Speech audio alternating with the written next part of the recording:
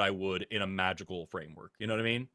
So like I think thinking Yeah, no, about it the that way that you makes sense. were Yeah. talking about giving and taking and doing the ritual for the ritual's sake and maybe get something back and maybe you don't, all those things, I'm fine with all that, dude. Seriously, I think those are beautiful ways to live as long as you're not, like Jimmy's talked about, buying into some bullshit either monetarily or literally, and as long as you're not then giving up into real magical thinking and saying, okay, well, I guess I have to come up with some god to thank for this now because it's just not necessary. You don't have to do that at all. But I don't know if I would take it as far as him. I don't know that you want to find yourself every time you receive, you fertilize the ground. That's what I heard. Don't take it Well, that no, far. not literally. I'm talking about like I'm going to be kind to the earth because the earth is being kind to me, and you have almost a personal relationship with nature in that way. Lux, you And so, got it, like, right? I'm not saying you have to go shit on a bush every time you take fruit out of it to make sure that it's fertilized. I'm Great. saying just like Great. you have that Chat got it, appreciation for the right? fact that you're a part of this world. You know what I mean? Chat, did you get it? I don't Lux, know what you said. It was a terrible you joke, and nobody said I understands anything. receive and then I fertilize the ground. Is it what is it? Is it semen? Is it poop? Where are we taking it? Because Fertilize the ground is literally like from the Bible, and it's about coming on the ground. I didn't know that. You're the only person who knows that. And Okay, yes, first of all, no, I'm not, that because is it's the verse where people are like, he's not anti-math. Is when they argue that Christians will say that verse proves God hates masturbation. okay. Well, Thank you, chat's got Tara, my back. you don't have to jizz on the ground whenever you harvest, but you should. And that, yes, that is the message of the line. That's what you're here for. Okay. Sorry, I was trying to be quiet. Oh, that's No, you're hilarious. That's fine. great, guys. Thank you. Anyway, I hope this is helpful. You it pick really your own is. story in deconstruction. Yeah, I think I just need to hear like basically what I'm doing, as long as I'm doing good and not like attaching woo woo to it. It seems like it's fine. And it was just Yeah. kind of like I'm just all in my head about it. From what you were saying earlier on, where you kind of immediately like walked back something that even you were saying was a hang up, it sounds like you've been in your head, and I've been there, and everybody's been there. So I hope that at the very least, just getting this out in the open and like thinking it out loud is helping in some way. But I wish you all the best on your journey. And if there's anything in particular that we didn't cover today or that you want to call back in about and then talk about later, we're going to be here for you. So call back in anytime. Absolutely, guys. I enjoyed talking with you. As always, thank you so much, and I super appreciate what you do. And I did get the stickers when you guys did your live the one time. They were really nice, so thank you, guys. Yeah. Oh, I'm looking for, I've got it around here somewhere. There's a really good book called Braiding Sweetgrass by Robin Wall Kimmerer. There it is over here. I got one on. This one. Braiding Sweetgrass by Robin Wall Kimmerer. She is a Potawatomi woman, and she's also a PhD plant biologist. And this book is all about blending her indigenous ontologies and like the way that she was taught to look at the world as a Native American with her expert understanding of biology. And I had to read a chapter of this called The Language of Animism for my anthropology degree, talking about like how looking at the world through that lens isn't necessarily a magical thing. But the whole freaking book is phenomenal, and you should check it out, especially as an ex-pagan looking at the world the way that I just talked about. I love the way she talks about it, and you don't have to agree with everything she says, but like there's a lot in here about everything that I covered today about like, seeing yourself as a part of nature, deconstructing, kind of more Western imposed ideas of control or dominance over nature, giving plants and things back their personhood, understanding. I love the whole lesson on like she has this word for, she was studying her language, and there was a word for being a bay. A bay, like a place with water and rocks, like and there's a word for to be that, and she's like, that's so stupid. It just is that or isn't. And then she kind of realizes none of that is permanent. The rocks move, the water moves, the plants move, the earth changes. Like this, in this moment, all these things are together. Being that and thinking about it in that way is a much cooler way to think about it in terms of natural history. So like, check that out and you might like it. Yeah, no, I totally will. I like all the sciencey things, and I enjoy your channel with all the sciencey and biology things too. So I will check it out. Thank you. Hell yeah. All right, we'll see you later on, Kara. Thanks so much. Great. Bye, guys. Thank you. Bye. What a pleasant first call. Too pleasant. Yeah. This went badly. It happens. Sometimes we get shows where everybody's just nice, you know? Ugh. Awful. Horrible. Let's Sounds see how terrible. this one goes. Let's talk to Why Dan. is nobody? What's going on We have the in UK? vertical up now, but nobody's chatting in the. Hey, if you're over in the vertical live chat, tap the screen, hit like, help us get more viewers, because we find that the vertical often sources even more callers of the topics we're looking at. So if you're over in vertical right now, which is up, hit the like and send it to your MAGA dads. I want to talk to MAGA dads today. Pull up the fucking vertical chat now. Hold on a second. Okay, I got both. There's literally chats no over one in there. it yet. It's awful. Well, Evan gets a shout out for being the first person to say something. Hey, Evan. Thanks for making everything worse by chatting on YouTube. Thank you for being a friend. Let's talk to okay, well, never mind. I was going to people on a horizontal stream still shit talking vertical streams. They can't hurt you. You're on horizontal. I don't know. I don't get the hate. It can't hurt you if you do. No, if you do the people vertical don't get stream, holding it will infect your phone, and you'll never be the same again. These phones are ginormous. I have big hands. Well, yeah. I'm 6'2". I'm a big. They're big. Y'all can't literally understand the desire to just hold a stream like this if you're in. I don't know. It makes sense to me. It's bad for you and it's bad for your phone. It'll damage your phone if you do it. Eat anything from my garden? What garden do you think I have? Let's talk to Dan from the UK who says gender shouldn't exist. What does that even mean? Dan, you're on the line with Forrest and Jimmy. How are you doing today?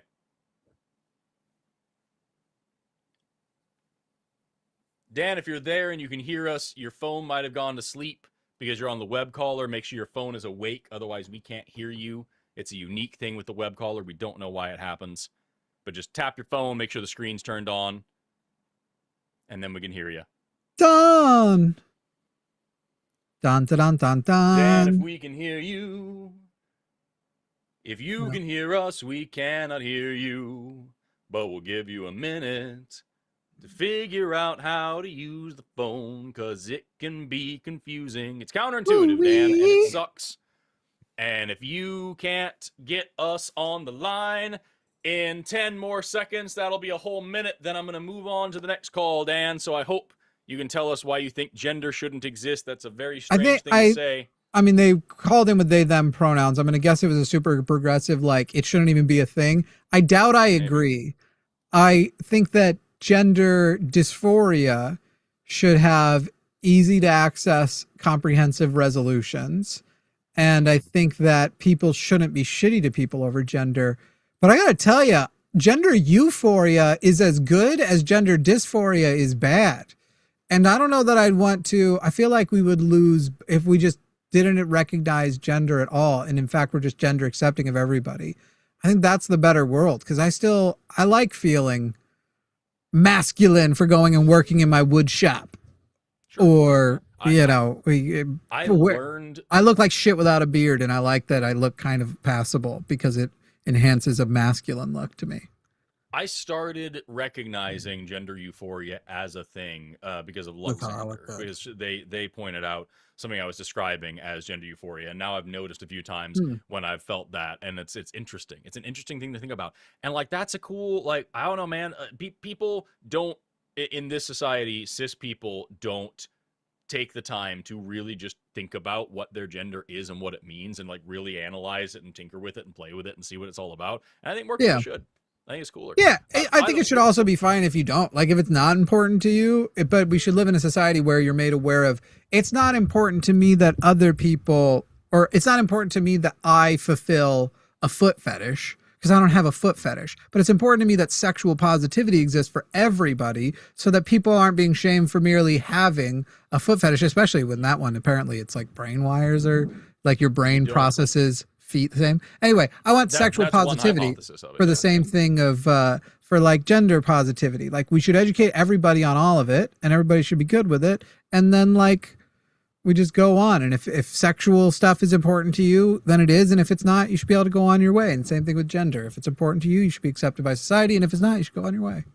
You don't have a foot fetish, but you do have a foot, and therefore you could still I find it repulsive. And that is also that you're right. That is one hypothesis of it, is that you have in this part of your brain called the somatosensory cortex. It's the part of your brain that does the thing of feeling gets aroused. what's going on in your body. And no, not just it gets aroused. It's literally where you feel. Like if I touch anywhere on my body, my somatosensory cortex is where that touch is processed. Oh, foot fetish is the hypothesis, though, is that the part of your brain that like we associate with sexuality and what arouses you and identifies as the arousal state, that people with a foot fetish see feet the way we other people, like I might see boobs. It hits the same parts of the brain. That's not what I'm talking about. What I'm talking about is, let me get a picture pulled up here.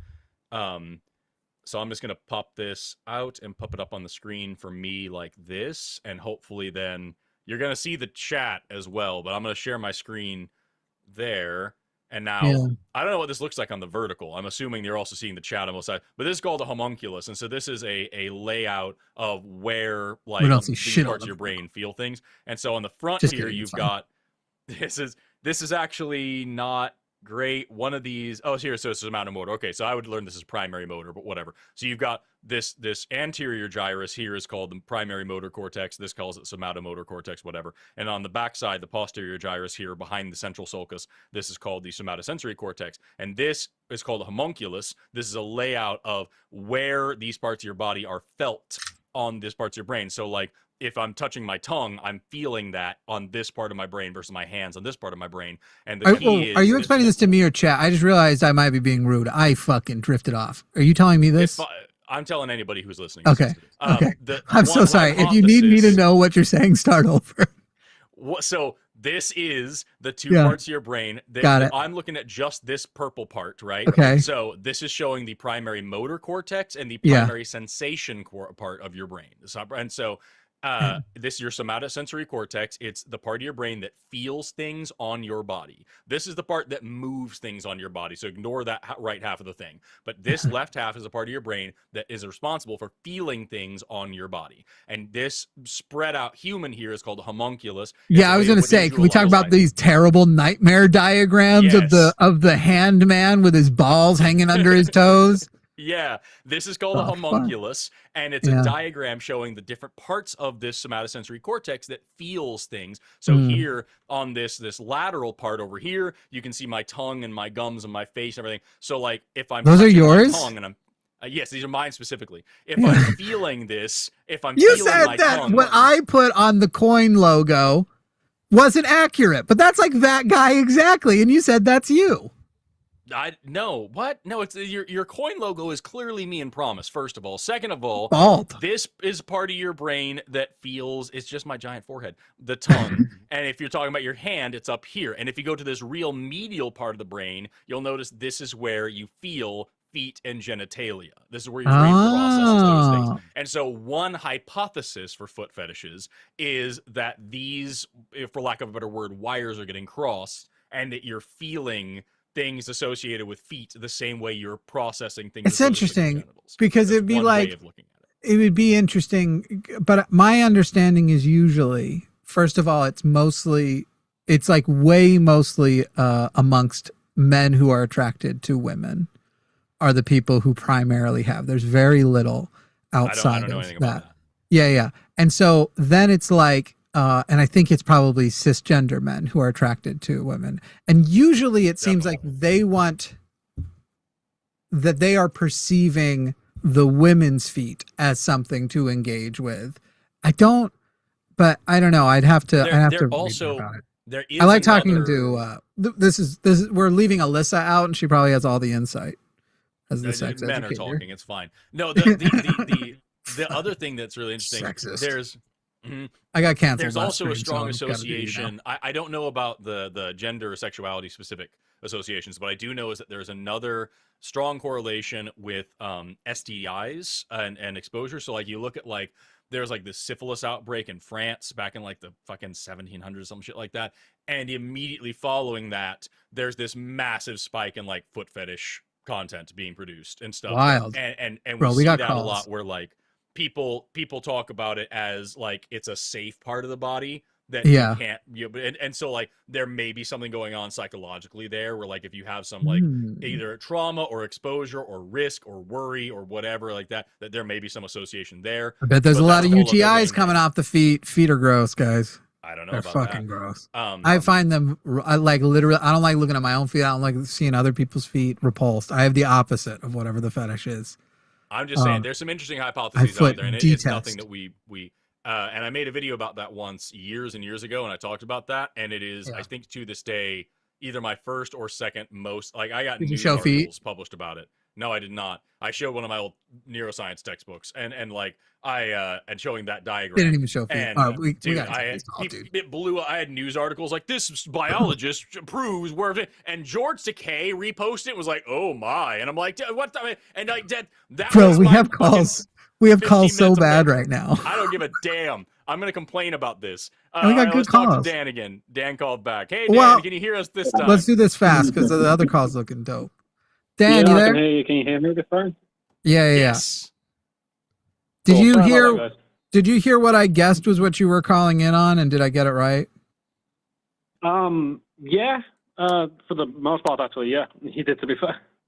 Honestly, to tell you the truth, I don't think there's much else to go over, but I get it. I get why you would feel that way. You can give a little thing and make it quick, but we've got like all these theists lining up, and I've been champing at the bit for a God call. So, you want to just give like a quick summary of your 100%. Yeah, you can give a quick summary of your spot, and then we'll move on. So basically, my kind of like feel towards all of it was kind of like that. Like we both agree that like gender's a social construct, yeah. Mm-hmm. Yes. Yeah. Yeah, and because gender and sex are separate and everything else, like we can just like kind of like ignore the gender aspect of like most things, because like gender in a social society, like because you said about say you get gender euphoria, which I do think as well is still kind of like a social construct as well, and kind of partially reaffirms kind of like that's masculine, that's feminine, so that's a guy thing, that's a girl thing in society, if you know what I mean. Sure, but I mean, to be clear, you understand, Dan, that social construct doesn't mean arbitrarily social construct. There are like non-arbitrary things that cause genders to tend to go more often one direction than the other. There are some that look silly, like our dressing standards that seem very silly, but there are other things that aren't that way. Even in non-human primates. Right. Yeah, I understand that. I see the main part of in my like kind of like mind in a way that I kind of want to flesh out a little is a case of like because I talk about gender euphoria, like it's like an emotional feeling that you have inside of you, and you like feel good from these things and that, and a case of that essentially within society we should just look at people as just persons and that sort of thing, like because I know about like in the animal kingdom, like it kind of needs to remain within certain like sciences and that sort of thing, but like within society essentially I'm kind of like saying that like gender just shouldn't exist as a thing, basically, you know what I mean. I think the issue with that is that you are like, I'm okay with saying that gender shouldn't exist as a limiter, a factor of judgment or like a limiter. Consequence. Yeah, I think that I agree with all those things, but because it is something that is so widespread, so diverse across all of human history, we look at like these massive differences in gender and gender expression across time and space and cultures and all these things. By just saying that it shouldn't exist at all, you are necessarily erasing all of that. And it's kind of like when somebody says, you know, well, race is a social construct, and so we should just we shouldn't talk about race anymore. We shouldn't discuss it and everything. You are taking away a part of someone's identity, something that means something to them. And while I agree that it shouldn't be consequential in the ways that it is, by just saying it shouldn't exist at all, you are erasing all of these cultural differences, all of these beautiful cultural developments, all of these ways that people express themselves, see themselves, identify with themselves and others, and you are diminishing a massive amount of like anthropological beauty across millions and millions of years. I just don't think that's worth the risk or worth the change. In a lot of ways, Dan, if we were to accept this line, we would be undermining also, by the way, there's a typo, atheist Colleller in the banner there. We'd be really undermining the experience of a lot of trans people to accept this, like just the total abolition of the concept of gender. Because at the end of the day, it would be like, I think you will find a lot of people have put a lot. It is the recognition that there is something and that what is expected of them of that something doesn't line up with how they actually feel that cause people to transition. So at the end of the day, when I'm talking to trans women whose lives were ruined by not being recognized as the women they are, I don't think I care to tell them like, yeah, but it's kind of like a soft bigotry I had when I was younger about marriage, where I was like, you know what, let's just get rid of all marriage and then we don't have to worry about the gay marriage thing. And then one day I realized like, no, if that's the solution, first we have to give everybody marriage, and only once everyone doesn't care to have it because we gave it to the straights for so long, then we can pull back and have that conversation. But at the moment, this seems like way less arbitrary than marriage, and so it would really undermine the experience of a lot of trans people if we were basically saying like, yeah, but the thing that you guys makes you feel so inclined to transition, it's almost like we're saying we're coming down on the side that transgender identities are purely nurture and there isn't a nature element of it too. Yeah. I can't get what you're saying on that, and I do 100% respect all of that as well, and I wouldn't want to like kind of like take away anyone's like rights or values or struggles or anything of the sort on that, because like, they've fought hard. It was a case of I'm more like kind of like abdicating that, moving forward in a way, basically, like as society, we should try to like give everyone the equal rights on that first. I 100% agree, and they should be should just be treated as human beings, essentially, is what I'm saying on that. Yeah, we should be able to put more fingers on more people's mouths and go, shh, you don't actually care about this. Shut the fuck up. Right. That's what it comes down to. Yeah, I don't think anyone's going to disagree with you, Dan, in terms of like treating people as humans. It's just I think it's an interesting thought experiment to wonder what it would look like if we were to do away with gender. But I don't think that the means actually, or I don't think that either the means justify the ends or vice versa. I just don't think we're there. But I think it's an interesting thing to talk about, and I appreciate you calling back to bringing it up. Okay, cool. Thank you for giving your thoughts on that. It's actually quite. I can go think about that a bit more and like research a bit more with more like extensive thought about how cultures and that sort of thing have played a bit more of a part in that, because I will admit, like, I didn't really think about it in that sense. I thought about it more as like a progressive, like we can just start treating everyone better kind of thing in a way. What a noble thing to think about. So like, yeah, think about it more and call us back if you have any other disagreements, you want to talk about it further.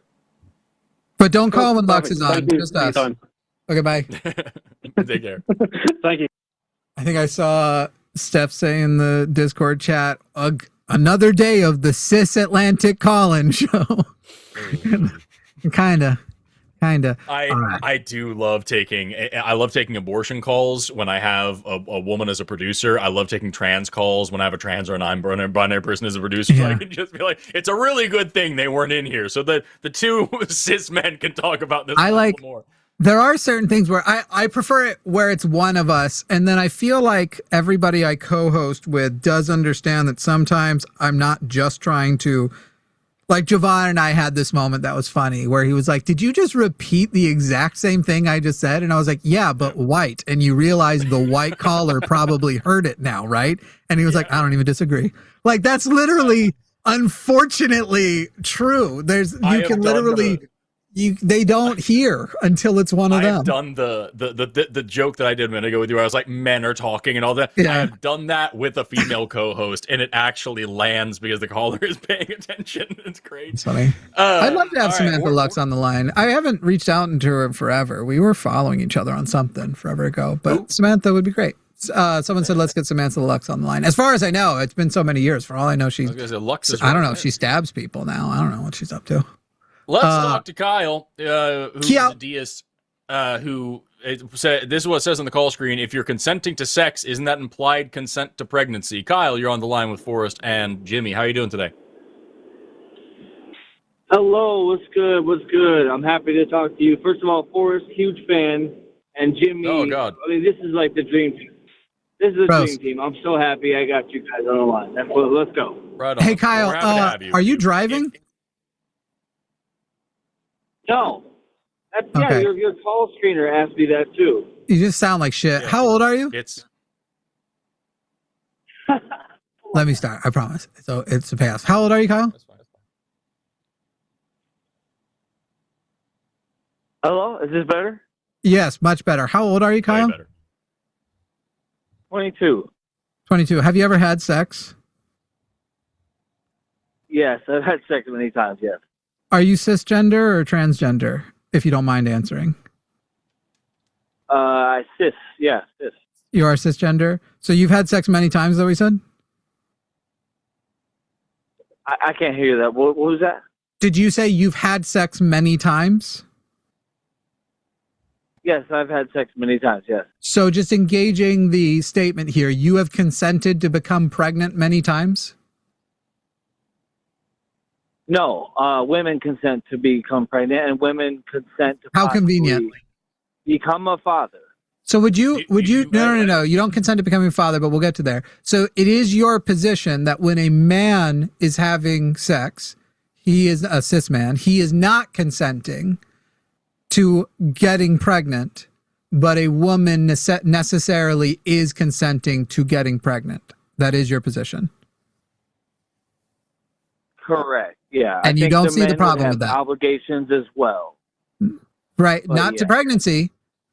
Yeah. Men and women are equal when it comes to when the baby is alive, but not to pregnancy. In fact, you have a right to an abortion, Kyle.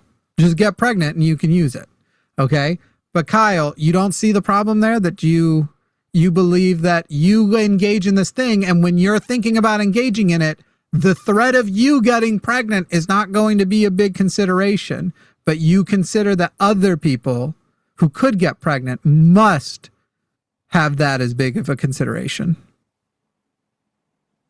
Well, I mean, yeah, men and different deal with differences in life all the time, and that's just something that is because we're different. That's not what we're talking about. We're talking about a concept of consent. We're talking about consenting, as in, I am making the decision in the face of this threat. And no one is consenting to pregnancy anyone more than someone is consenting to a car crash when getting in a car. That I would was gonna like- be my question. I was going to say, if you drive, are you consenting to getting into a car wreck and dying in a horrible accident? Like it's just not really I'm consenting. To Kyle, that say if the risk driver's if a I get in woman. the car. Yeah. Sure. Well, hold on. Wait, Kyle, you're consenting to that risk. I agree with that. If you get in a car crash, what are you going to do about it? If I get in a car crash, I have to deal with the consequences of the car crash. Call You're gonna insurance, probably go and to if a I get doctor. injured, I have to go to the hospital. Yeah, you're going to go to the hospital. You're going to get fixed up. You're going to try to rectify the situation. Similarly, if a woman is having consensual sex and just having fun because sex is a jolly thing to do, she is, of course, accepting the risk that there is pregnancy involved. She understands that. She's not stupid. But if it happens, she's going to rectify the situation. She's going to, take a morning after pill, maybe get an abortion if she has to, whatever.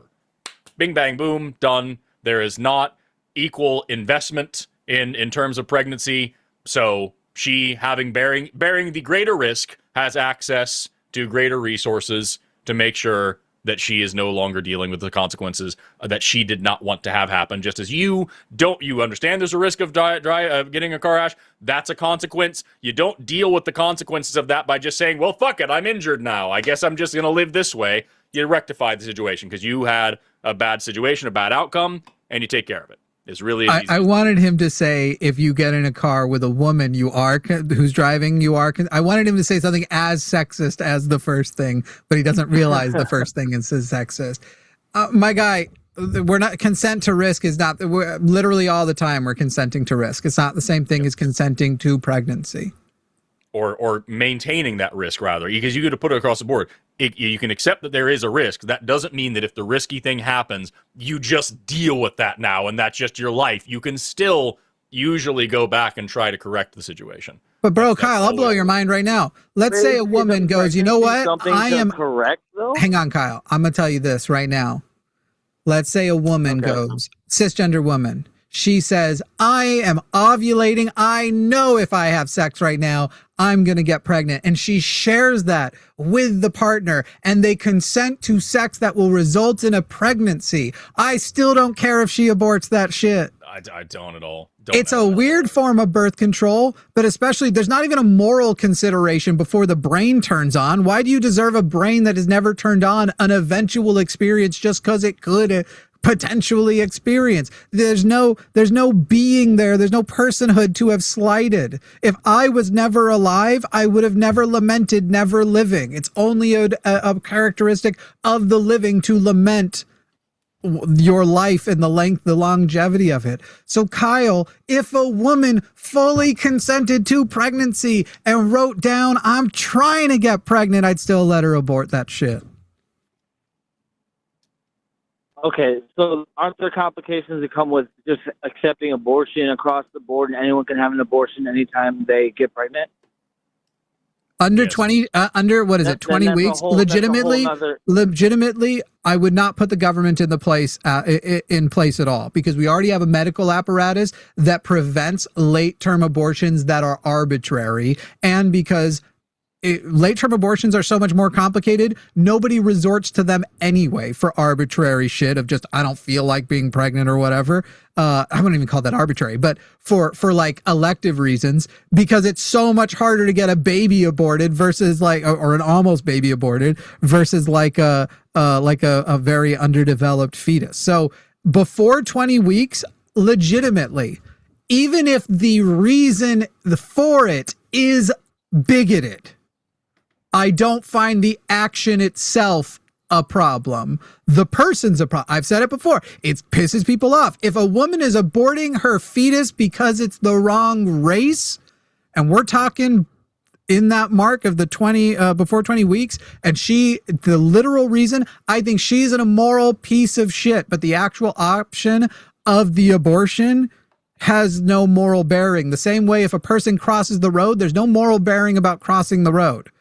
But if you cross the road to avoid the fact that there are black people and you just are scared of black people, there is something wrong with you. But the crossing the road action, there's nothing moral or immoral about crossing the road.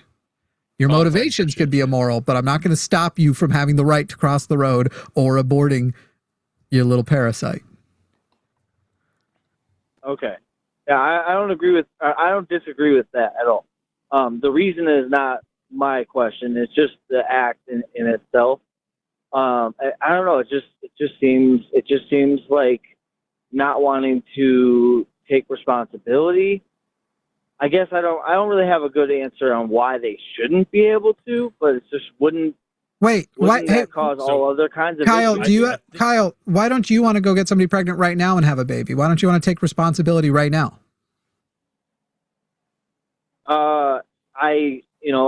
Me and my girlfriend honestly both say if we were to have a baby that no, but you're not having a baby right now, right, Kyle? Trying for one. Right. So why not? No. Why aren't you trying for one? Why aren't you ready to take responsibility and try? Because the timing's not right.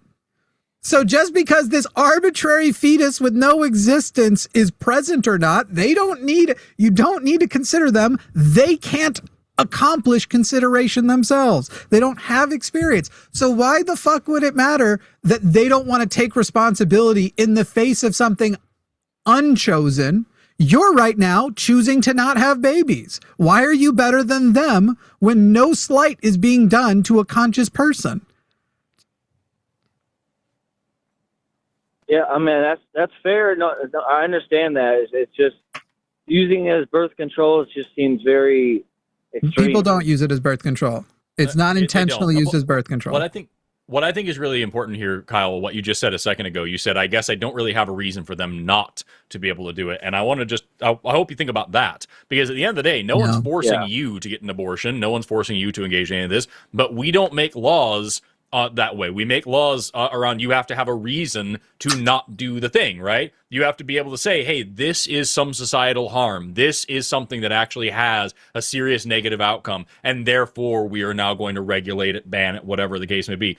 So, like, for you to say, there's no reason for you not to be able to do this, I just don't want you to, I think you should be very glad we don't make laws that way, or at least we shouldn't anyway, because otherwise somebody would be saying the same shit to you about something that you disagree with and taking away a right that you have. And in this case, what we're talking about is bodily autonomy. We're talking about someone's choice about what is using their body, who gets to live inside their body and use their organs to sustain themselves. Pregnancy is not a benign condition. It is an extremely tasking and dangerous thing. We have a high maternal mortality rate, especially in this country. As far as the rest of the developed world, we fucking rise above the rest, and women who die during pregnancy and childbirth, it's horrible. So, like, if someone doesn't want to do that and wants to maintain control over their body and decide who gets to live in there, that's no problem for me. I think they should have that right. And what you're saying here is that in a way that we would not treat anybody else for any other crime, right?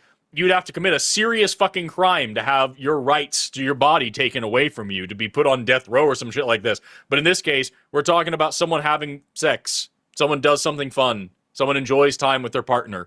And now they are in this uniquely horrible situation where they're being given this cruel and unusual punishment that you no longer get to decide what happens to your body anymore. That's fucking weird, and it's one-sided, and it's not balanced, and it just sucks. And I encourage you just to think about it a little bit further. You know what I would love to do? You know how in some countries they have prank TV shows that go way further than American shows are allowed to go? Way too far? Yeah. I wish we could do something like that in America, but specifically we bring in anti-abortion men to a doctor's office and we break to them like, okay, this is going to sound crazy. It doesn't happen that much. Here's a book with the thing. For lack of a better term, you're kind of pregnant. You actually have a fetus developing in your body. Make up whatever science jargon you need to. It'll basically, like, the cool thing is where it is supplanted in your system, you'll actually be fine. We can make this thing come to term and then just give you a cesarean. Even delivering it, you would survive and you'd be fine. The way I know every one of those pro-life guys would be like, yeah, but what if we just go ahead and abort it, though? You don't have to do that. You can just look at the amount of super pro-life Republican Congress people who have a mistress that they've paid for 30 abortions with. Like, at the end of the day, I get it. This one's funnier, and it would be fun on TV, and I'd put it on my YouTube channel. Anyway, Kyle, does all that make sense? That'd be an abnormal circumstance, first of all. No, but I just told you, Kyle. But Kyle, you know? Oh, Kyle, bada bing, bada boom. You just owned yourself. Congratulations, you played yourself. I already said all of the things are in place. It is abnormal, but it's safe. You'll be able to safely do it. What do you mean you didn't agree? You had sex. So yeah, you didn't agree to be pregnant like most women when they have sex, because most sex occurs not for the sake of procreation, because it's good for you. And by the way, Kyle, what about the fact... If I knew that I could get pregnant, I would not have just been having sex casually. Like, hey, Kyle. Her egg swam up your urethra like the mighty Candiru and planted itself in one of your fucking ductus deferens, and your balls are going to swell with a baby fucking soon. It's crazy. But Kyle, you're literally in your position. If she got pregnant, she should take responsibility and the two of you should bring it. So why would it matter whether or not, if you knew that was a possibility, if you had waited in a state of horniness where parts of your brain literally shut off from making good logical decisions? So what's better, teaching people as a habit when they're in those positions to, even while you are horny and dumb, here's the things you habitually know to do to be safe and maximize your potential, or to like just cut everybody off? And it's a rhetorical question. Here's another question, Kyle. Let's say that you are a woman who wants to have kids one day, and based on your whole schedule, you're thinking somewhere between 26 and 28 is when you want to have kids. To maximize your potential to be able to have a child between 26 and 28, should you remain celibate, or should you actually have healthy amounts of sex between, we'll just say as an adult from 18 to 26 until you're ready? Which one maximizes your ability to have a family? Well, you should remain celibate if you don't want to have children. Incorrect. Sex is an important part of keeping for you and the person you want to fuck with. It will actually increase your odds of successfully getting pregnant when the time is right for you to have sex along the way. Celibacy is not good for you, and it's not good for your reproductive system, and amongst other things, also increases occurrences of certain cancers amongst both people. So no, Kyle, if you are a person who wants a baby and a family, no. It is literally, it is literally healthier. Do you do the same shit when you jerk off versus when you fuck? Maybe we've reached the problem here. Sex activates multiple systems. Masturbation is also healthy for you, but it does not hit all of the things that it hits for when you have a baby. Not to mention how many fucking idiots, because they have had philosophies like you, don't start having sex until you're ready to have a baby, waited to have sex until they got married with the same fucking foundation, Kyle. By the way, I wasn't calling you an idiot, but this is one of your more idiotic ideas. Waits until marriage, and now they feel like because they put such pressure on it, they are committed to a person.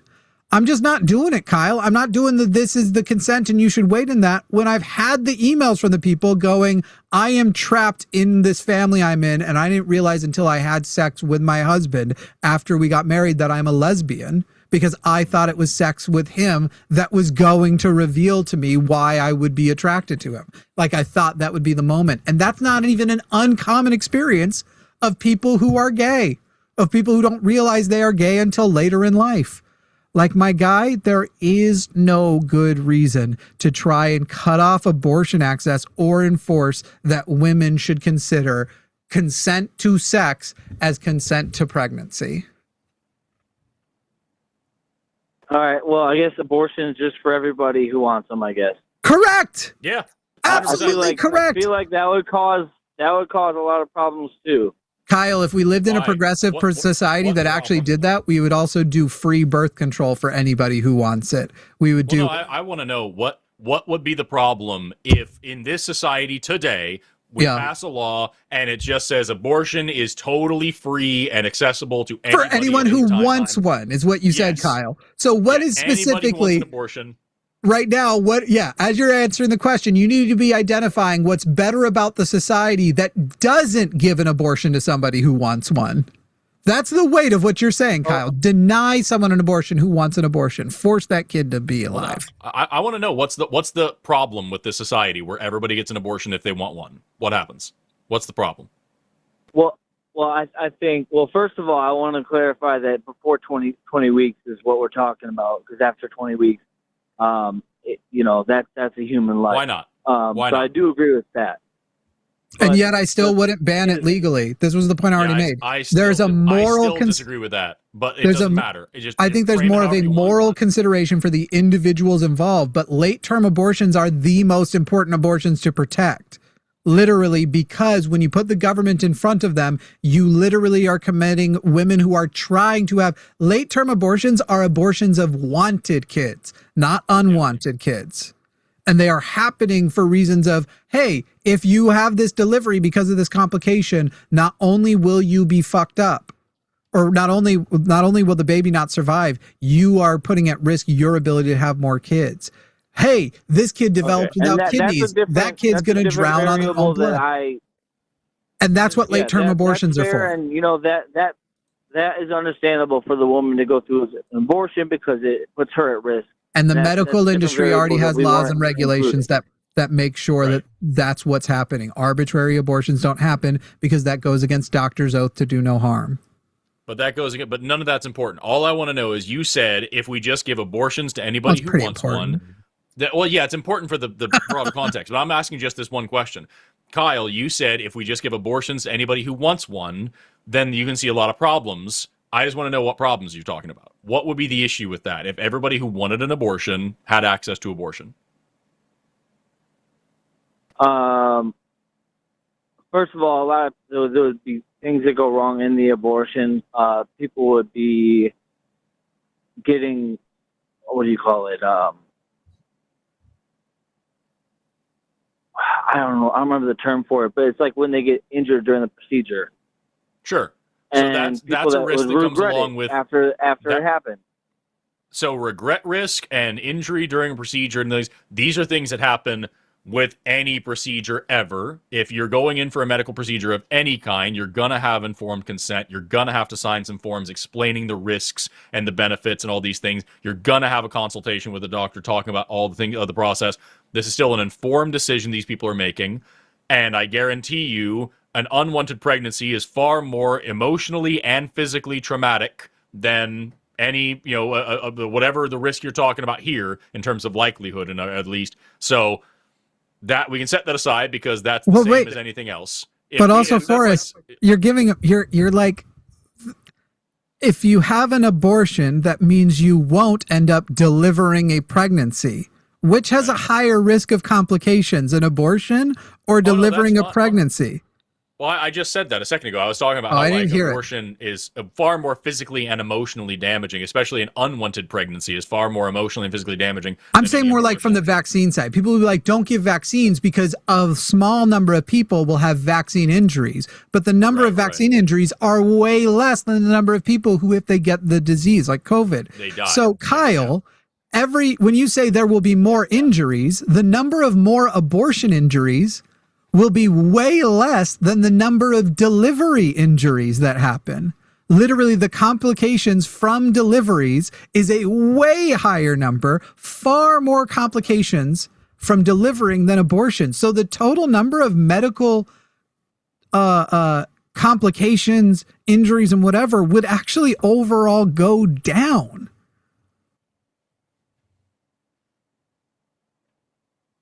All right, well, if that's true, then I guess I can't really debate that. Okay, but now, Kyle, here's the next point. I don't have a good reason for here's the next point. Today, no. See that shit?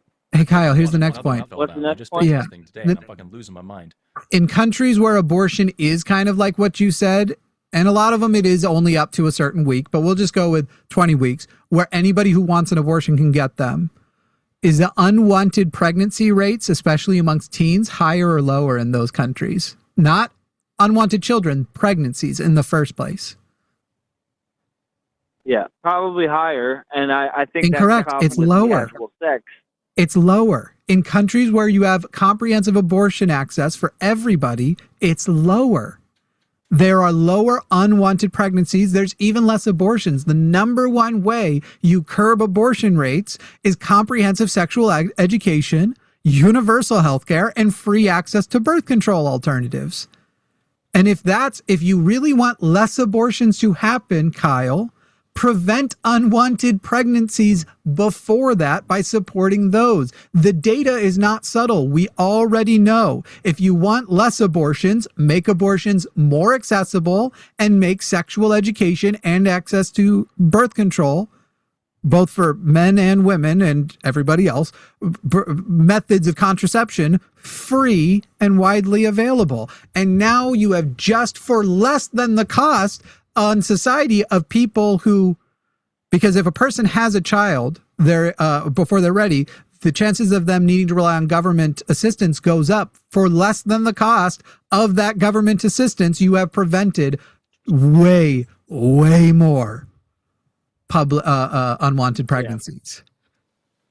Yeah. I get that. But for me, the enemy is the casual sex. It's just sexualized everything nowadays. Why? First of all, but Kyle, who cares? Everything. Why? Why is casual sex bad if everybody's consenting and being safe? Well, let's say STDs for one. Being safe prevents STDs. Y'all, wear condoms, or if you're getting a casual sex arrangement, do a little medical screening. Make sure you're both in the clear. Boom, handled. For real, but guess what percentage of people that actually does that, though? But that's not what the point you made was. I already said we live in a country without comprehensive sexual education. It's still the problem you're describing. If we had a comprehensive sexual education with consent education, we don't have that issue. And casual sex does not mean unsafe sex. Quite the opposite. One of the sexiest things you can say when engaging in a sexual encounter is, "My last STI screening was on this date, and I was totally clear. I'm safe. We can do this." Like, dude, that's great. Yeah. Do you just see like squirrels I going agree at with it that. and call them sluts, or like, what are you doing, man? Fucking 4 billion years of raging hormones telling us to spread our seed, and you're sitting there going like, but guys, you shouldn't be doing it so much. Was it not the fuck? Oh, who are these people? Are they American? I didn't expect to get in this quickly. They're from was it not the great American poets? Was it not the great American poets, the Bloodhound Gang, who once said, "You and me, baby, ain't nothing but mammals, so let's do it like they do on the Discovery Channel." Yeah, that's correct. That's a correct quote from Forrest. I think it's just gotten too far. Everyone's sleeping with each other from the age of 16 on. So what? I mean, why is that bad? Have sex if you want to have sex. Like, what's the problem if not with 16-year-olds if you're my age, but right. But if you invoking age is a totally different issue. Who cares? So talk about only 18 plus, right? If we're talking about just only consenting adults, 2 or more consenting adults, everybody knows the risks, everybody knows what they're getting into, everybody's had an STI screening, everybody's being safe, whatever, and everybody in the room is just like, let's all fuck, and they just do what they want to do, and they all consent to it. What is the actual moral problem? Kyle's not invited. That's what it is. I kind of think that's it, Kyle, that you don't feel like you can be that sexually liberated. Just because you find it gross, I'm not going to stop other people from doing shit with their feet.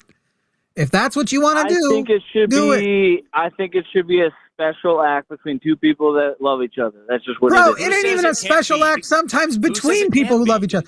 I love my partner more than I've loved anybody in my entire life. The other night, we were both almost asleep, and we had casual sex because we realized the way we were spooning, we were basically lined up for it. And without a word, it just kind of happened. I had casual sex with my partner. It's special in a way because it's with her, but also sometimes we're just like horny getting to meet with each other. We're like each other are just sex meat. Get your sex meat over here. Like, okay. What the fuck are you talking? It's not even always special with your partner.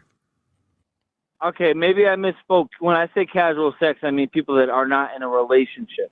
Who cares? Who cares about Which that is most either? people having sex. What if I don't?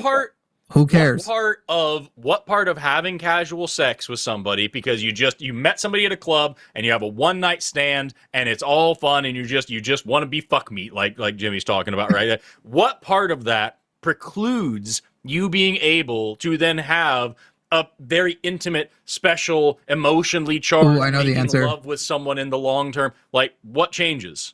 Expectations of the patriarchy is the answer, for the record. Probably. No, it's not. Yes, it is. Yes, it is. Know. Literally, the reason you feel bad about it is you accept. He said he doesn't know. It is the answer. You have accepted a patriarchal culture that adds value to how much sex a person has, and by the way, weighs it differently, men versus women. That's where your "it's gross to have casual sex" hangups come from, unless you're like a fucking Jesus freak, and then it's just dumb shit. Yeah, dude, Kyle, the best part about having casual sex is that you learn what you like. It's just like if you go to the gym and you exercise, you learn how to do it properly. You learn what things you're good at and what things you're bad at, what feels good for your body, what's bad for your body. You get better and better. And then when you go out and do some physically charged thing, play a sport, you do a competition of some kind, whatever, you now know your body and you're able to do things safely and productively. It's the same thing with this. You have casual sex, you learn what you like, you learn what you don't like, you get good at some things, you learn what you just don't want to participate in anymore, you learn what to expect from a partner. You get to enjoy it by messing it up and doing it well and badly and all the same things as everything else. And then when you find somebody who you want to be very special with, you now have the ability to communicate properly and weigh them against your other experiences and know if they suck at it or not. Like, that's all good things. There's no part of this that's bad. I think the part of it that's bad for me is that once you accept it as just this casual thing, this fun thing that doesn't hurt anybody, it becomes accepted, and it's not Good. Where's the bad part? no longer inappropriate for people. Like, it's looked Good. at It shouldn't from be. children. It's on TV. No. It's Don't music, invoke children. and You don't get to Is invoke it- children. Nobody is saying casual. No. Shut the fuck up for a second. Casual sex between adults does not invoke children ever. There is no point of. No one is saying that two 30-year-olds who want to fuck, whether or not they even care what each other's political views are, what their history, they've consented to sex, has anything to do with, and now we go and expose it to children. Actual sexuality should not be exposed to children. It's everywhere you look. But this is such cliche bullshit. It has nothing to do with the fact that people are having sex with each other. It has the fact that we are, as a species, sexual. And those teenagers, there's different conversations to have. They have sex. And again, in countries where you give them comprehensive sexual education, they're having sex just as much as they are in America. But their unwanted pregnancy and STD rates all plummet compared to ours. So what you're describing about, yes, the sex I have with my partner, and we are both well into adulthood, should not be directly exposed to people who are not adults. They can't consent to participating with us. But the concept of we're going to pretend until you're 18 that you never have a sexual thought, me at 11 years old starting to jerk off vigorously, would beg to differ. Yeah, dude, it's so much better just to teach. If we're gonna talk about kids here, like, it is so much better to teach what the world is and what's going on. And if you have a problem thinking about that, if I teach biology to preschoolers, I'm not going to go in there talking about fucking DNA methylation and epigenetic changes and remodeling of chromatin. I'm going to go in there and talk about, like, seeds turn into flowers, and this is what an animal is. Similarly, we're talking about sex education and you're talking about kids, you can teach a little kid, these are what your private parts are. And this is, if someone touches you here, you should talk to a parent. Like, these are good sex ed lessons for very young children. And then you scale it up the same way you scale anything else up so that they are at a developmentally appropriate level of education, learning how to be safe around each other, around their peers, around adults, around the internet. They need to know what safety is and the right terminology that's appropriate for their ages. None of that means you have to be fucking showing porn in a fucking kindergarten. That's just silly. Yeah. And for adults to have consensual sex whenever they want to have it, for consenting adults to do whatever they want to do behind closed doors, does not necessitate them taking that out into the world and showing it to kids. And if you're talking about sex everywhere, you're probably talking about sex-charged scenes on TVs, which are, geared towards an adult audience, or in movies, which you have to buy a ticket to get in, and you can't do it at a certain age anyway. The internet is much more unregulated, but that's up to parents to have guidelines and to monitor their own children. All of this is you trying to have the state be the parent and tell kids what they're not allowed to learn at a certain, and seeing that it's just silly, dude. It's when kids' exposure to violence is a way bigger problem, by the way. Right. It's a weirdly puritanical way to be. And at the end of the day, kids are exposed to sexuality all the time. If you teach kids what the words mommy and daddy mean, if they have parents, they're exposed to sexuality. You teach somebody what the word wife or husband is, they're exposed to sexuality. It doesn't have to be actual, like, penetrative sex in front of them. There are levels to this shit. Yeah. And the way I had to meet with old men and them tell me where my wiener gets to go. And all we're talking about here is that adults consenting to sex and having sex whenever and however they want does nothing to endanger children or to change society in a negative way. It just means people are more free and more happy. And one of the cool things, especially as a biologist, one of the cool things of not being puritanical about sex is not being embarrassed to talk about it and enjoy it and to explore. We talked a minute about gender. Explore your sexuality, explore your fetishes, explore your kinks, explore your body. One of the best fucking Astroglide came up with one of the best slogans of any company I've ever heard. Let your mind wander and then your hands. I 110% encourage that for everybody. And I don't think that there's a single negative side to that, Kyle.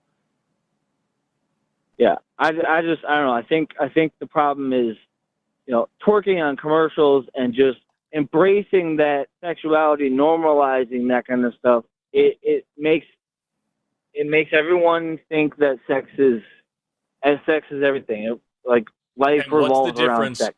And so first of all, no, it doesn't. Second of all, you are adding sexual context to that. If somebody sees twerking and they don't know anything about that, they're just going to think some funny people are shaking their butts, and that doesn't mean anything. It is you adding a sexual context to that, and you can demonstrate that by looking at a history of dances. Look back at Elvis, who I would not say is a very sexy guy, literally being arrested for wiggling his hips around because it was so sexually charged. You wouldn't think that showing Elvis to children today is a bad thing or a sexual thing to do. It's a cultural thing that you are sexualizing, and in doing so, you are the one sexualizing children. Because if I see a little girl wearing a bikini or a little child looking at a twerking commercial or something like that, I'm not worried about these kids and their sexual habits or anything like that. You are adding sexuality to this, and you are sexualizing these kids and their existence. That's your problem, not the kid's problem. It occurred to me, when Kyle, I see twerking, that's what I think about. Hey, Kyle, are you opposed to casual masturbation? No, I'm not opposed to casual masturbation. Yeah, this is my proof. You just this wasn't your actual issue in the first place, and this is why you moved the goalpost so far. Casual masturbation, what you're describing as far as culture goes, that just comes from the permission to experience sexual arousal culturally. So casual masturbation would have the exact same consequences you're claiming adults being allowed to have casual sexes. People would be making stuff culturally pushed toward engaging you wanting to masturbate to it, right? Porn and everything else. And so literally you've moved all over the place here. And then this most recent place you've moved to, because we were talking about casual sex before, we're just skipping over the fact that this would literally apply to any kind of casual sexuality, including autosexuality, including you whacking it, Kyle. Anyway, this call has gone on long enough. I think we're about to end, I wasn't trying to move the goalposts. You guys are just making good points. So, I've taken what you guys have said, and I appreciate all your good points. I appreciate you being attentive and listening and not dodging too hard on things like this. I think it's been a productive conversation, and I genuinely appreciate your call. Yeah, this definitely changed my perspective on abortion and all those things that we talked about. I really do appreciate it. Really glad I got to talk to you, Forrest. Huge fan. Jimmy, you started the show, I believe, so fuck yeah for you, and, maybe we'll talk again sometime. Hopefully with Seth. Hopefully so. Yeah, dude. Yeah. If you think we're wrong, think about it, and if you think anything that we didn't cover, if you think we're wrong about something, call us back. Okay. Yeah, next time it'll be about morals, moral objectivity, because I think we disagree on that thing, too. So. Probably so. Take care. Bye. Well, now I'm sad he wants to wait until Seth's on, because a deist is a moral objectivist. Make fucking sense. Who knows? Deism literally does not allow a god to issue morals. What the fuck?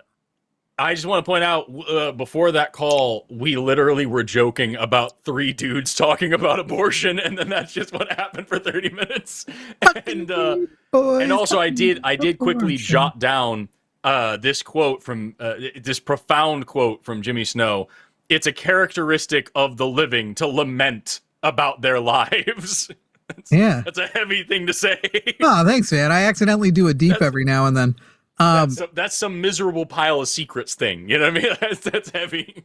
For the record, I'm really looking forward to the comment section of people whining. And so I'm going to point out once again and outwoke them. You're an ableist sack of shit if you get upset when you see me eating salty foods, because I'm literally doing it in response to symptoms I am having. So fuck you in your fucking face. I had to pop some fucking vitamin gummies because I'm extremely anemic and I'm feeling it. And so I was get some B12 in me, you know what I mean? But yeah, dude, it's a bad time. And if anybody complains about us eating on stream, find something more interesting to complain about. That and the people who complain about us saying hey, we find a new filler word, please. You should get over your weird problems with language and stuff. Do I do that? No, I get comments on that all the time. Who knows? I know I used to. I don't know. I've never put effort into stopping. The stick up my ass isn't nearly big enough to care about it. Let's talk to Jay, who is a theist. Are we just not getting pronouns? What's going on?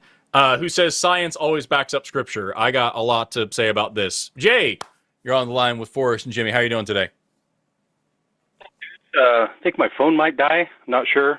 So we'll try to do this as long as we can. Yeah, plug it. We want to talk to you about science. I especially want to talk to you about science. Oh, wait Sure. I'm now anticipating I'm getting cut out of this one. Hey, how old are you, Jay? I'm 40 plus. Okay, and we have I'm over how many people we got watching right now?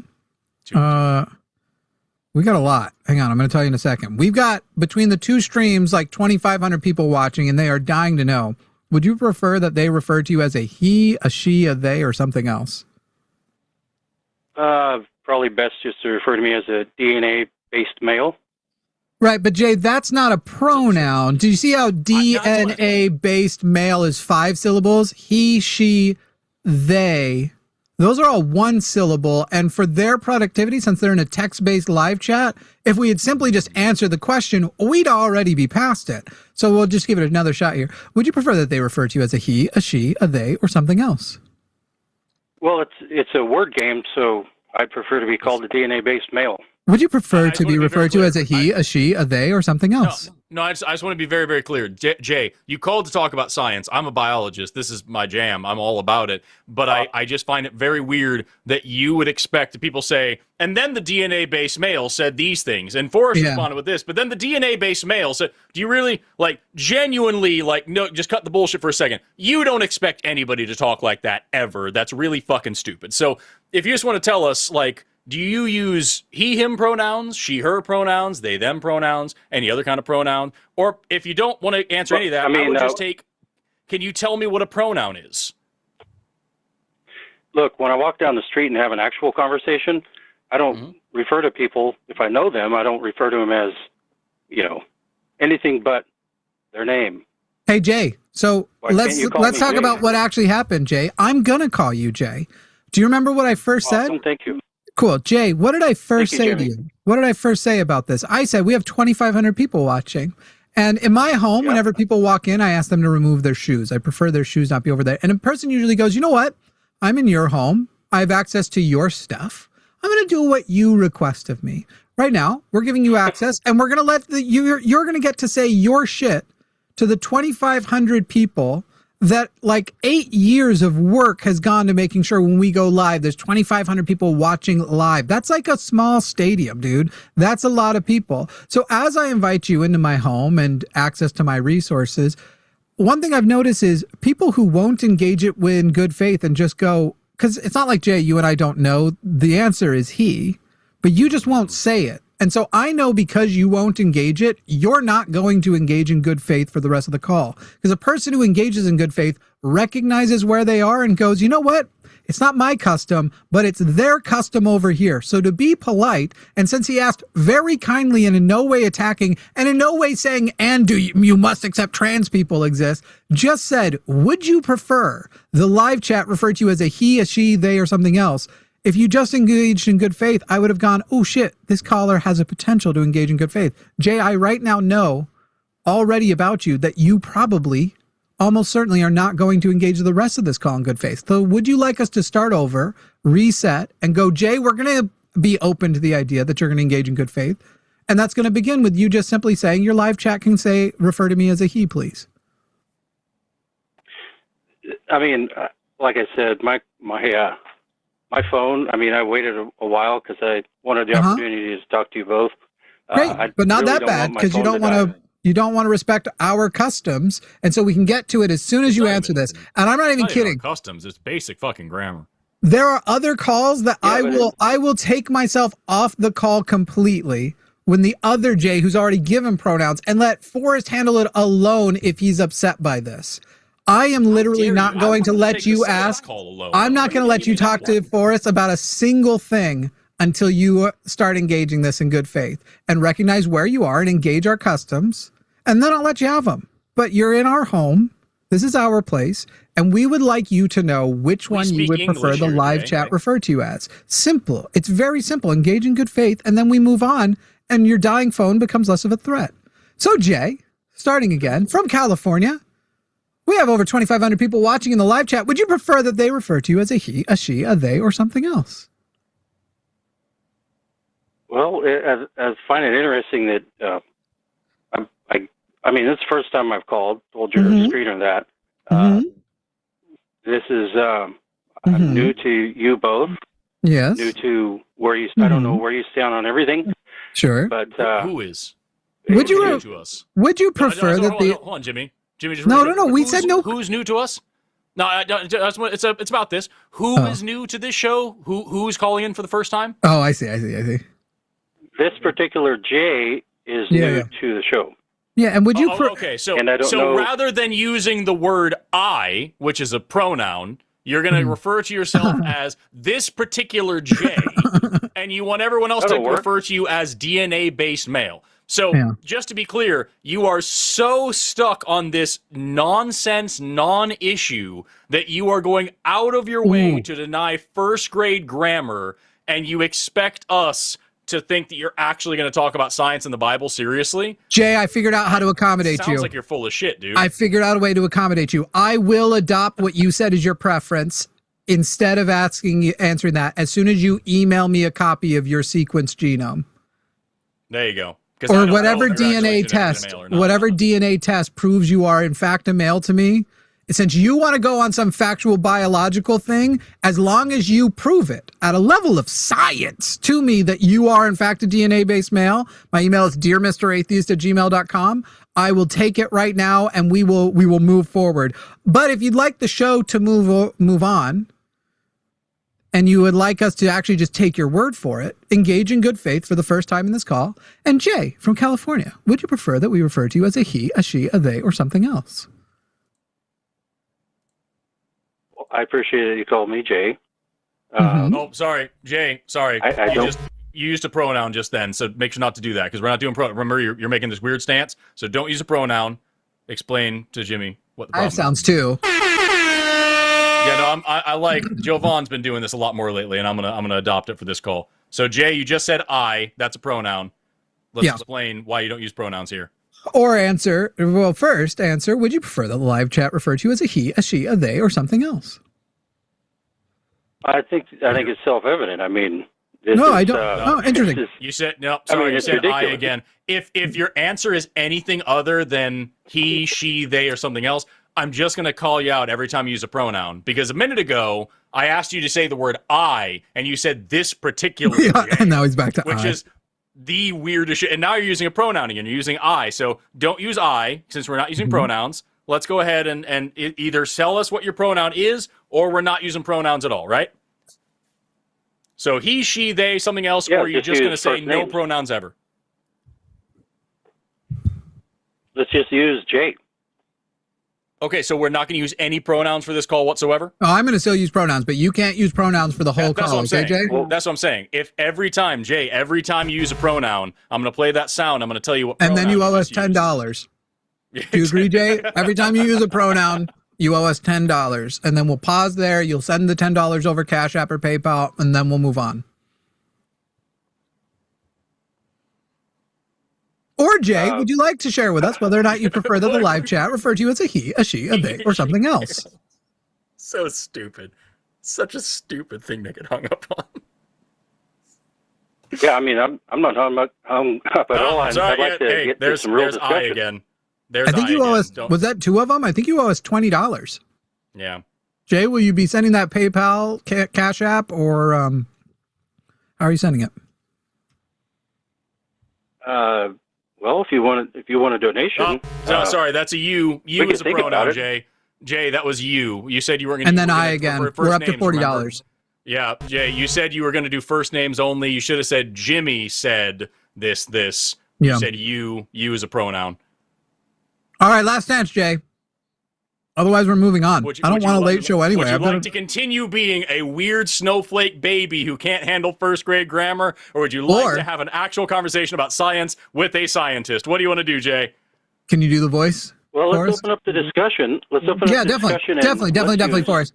Right after you answer, Forrest. Use all the pronouns that. No, Jay. Jay, right after you answer, ahead. it's a single syllable answer. Yeah. Would you prefer that the live chat refer to you as a he, a she, a they, or something else? Put that on your soundboard and smoke it. All of the above. All of them. Hey, okay, excellent. All in any. Excellent. All in any. That's an answer. Thank you. Oh my God, Jay. Any and all pronouns. So you're non-binary. Yes. Hey, Jay. Gender fluid Jay is calling in. Love we're it. Cool with that. Okay, guys. Right. Jay from California's on the line. She is going to ask. Fucking minutes. She's going to ask Forrest. She's going to ask Forrest some science questions. Take it away, ma'am. Okay. First of all, I want to know where. Let's say in the 10 Commandments. Where are you both? You know, as far as what percentage are you in alignment with the 10? Is it 10%, 20%? Is it 0%? I'm definitely not in the first 4 in any case. So you should all have no other gods for me. Fuck that. I don't have any gods at all. So like maybe that counts. I don't know. Yeah, Does being an atheist count as following the first commandment because I don't have any gods before God because I don't have any gods at all? Second one, not making idols. I don't give a fuck about that. Literally all the first 3 are just about God. Number 4 doesn't make you a moral person at all. Number 5 doesn't make you a moral. I'm literally it's going too through them slow. one at a time. I don't care. I thought we were getting to the science questions. Her phone's gonna die. You shall not take the name God in vain. I don't care if her phone dies. She chose to waste fucking 10 minutes of her own time being a bitch about pronouns. We're gonna get into the thing now. You shall not take the name of God in vain. I don't care about that either because I don't care about this God. I don't think it's real, and I don't care about taking any names in vain. Fuck all that. Remember the Sabbath day and keep it holy. Christians can't even fucking decide amongst themselves which the Sabbath day is, and frankly, I don't give a shit. My life is too busy. I care about my work more than I care about any religious text. Honor your father and your mother is number 5. That is such a stupid fucking rule. What if you have abusive parents? What if your parents don't honor you? Whatever. I didn't pick my parents. I fucking probably wouldn't have. So like, I don't care about that at all. I dishonored them and I dishonored them during their lives and they dishonored me right back and it doesn't fucking matter. 6, thou shalt not murder. I don't do that one. I don't murder, but I didn't need some fucking Iron Age sex and slavery manual to tell me not to do it. Thank you very much. Every modern society's figured out that, or not every historical society with writing has figured out no murder. 7, you shall not commit adultery. Again, I don't commit adultery, but I didn't need anybody to tell me not to do that. I'm just a good husband. Number 8. Hang on. Don't go past 7. I don't accept the biblical definition of marriage or adultery. So by the biblical definition, we probably both have committed adultery. That is also true. I look at women in lust and other people in lust all the fucking time. And also, I'm not married to everybody I fucked or the first person I fucked. That's also true. That is also true. And also, what about polyamorous people and shit? You know, it's just too ridiculous. Number like David 8, and Solomon? Number 8, thou shalt not steal. Again, didn't need anybody to tell me not to do that. I learned as a child that was the wrong thing to do. Didn't need some fucking bullshit book that justifies slavery and genocide to tell me not to do that. I don't know. I've been stealing your breath away. Oh, damn. I know not to lie. That's fine. I don't need anybody telling me not to do that. And thou shalt not covet. I do think that jealousy and coveting is wrong when it goes out of hand, but a little bit goes a long way, and having some covetous nature in you makes you more competitive, and it makes you an achiever. It makes you want to go out and excel. I don't have a problem with that. What I have a problem with is the language in the Bible that talks about a neighbor's cattle, ass, and all these, and plow, or whatever the fuck it says, and wife, where it equates someone's wife as their property. I hate that language. So I would say I've got like maybe somewhere between like 40 to like 33% in alignment with 10 Commandments, and I could not give less of a shit about them because I don't believe this God is real, and if this God is real, I would never worship it in the first place because he's an asshole. I murder like crazy, but I already know where this line of questioning is going, and I regret we gave you this amount of answer to it. Go ahead. Well, no, because it's probably going to be the Ray Comfort line, like, well, if you were a judge today, then blah, blah, blah, which isn't what Jay Have you ever told a lie? Yeah. And if that is where it goes, just give it to Jay. Just give it to Jay. That's not where I think he's going. I don't think that's where he's taking it. But is also a liar. We'll see what happens. Jay, okay, babe. Does that answer your question? Okay, lady. Go ahead, Jay. I just wanted to see where you guys stood on that. So who's the higher percentage? Is it Forrest? Forrest, yeah. I murder like crazy. We had about the same answer, but Jimmy is actually a murderer. So, like, yeah, no, we have to say. Yeah, probably me. So about in the 30th percentile, let's say. No, I'm down at 0%. I'm constantly murdering dead ass while I commit adultery. He does. It's 0%. actually wild to see. Yeah. But I'd say, yeah, somewhere in the 30s, depending on how I'll be you slice murdering it. an ass while like a nice car drives by and I go, ooh. Yeah, it's true. It's true. Yeah. Anyway, what does this have to do with anything, Jay? Okay. Well, like I said in the beginning of that question, is just want to see where you guys were, first time caller. Cool. And just gives me an idea where you're at. Great. Now tell me what the principles of secular humanism are and how close you are to adhering to them. Well, all I can say is to back way up. You know, the stories within the stories, let's say in Scripture. No, wait, Jay. Excuse me, Jay. I just asked you a question, and it is a 1-for-1 question that you just asked us, and you're ignoring it.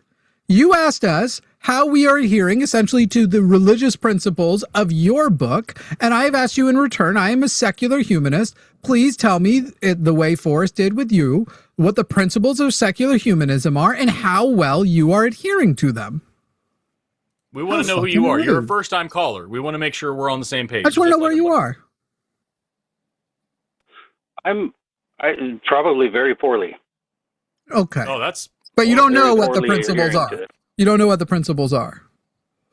Because, like, the principles include things like truthfulness, integrity, trustworthiness, you know, altruism, charity. Like, these are all. So if you're just way down the bottom of those, I care about that way more than whether or not you honor the name of a god. Put simply, maximizing the well-beings of humans.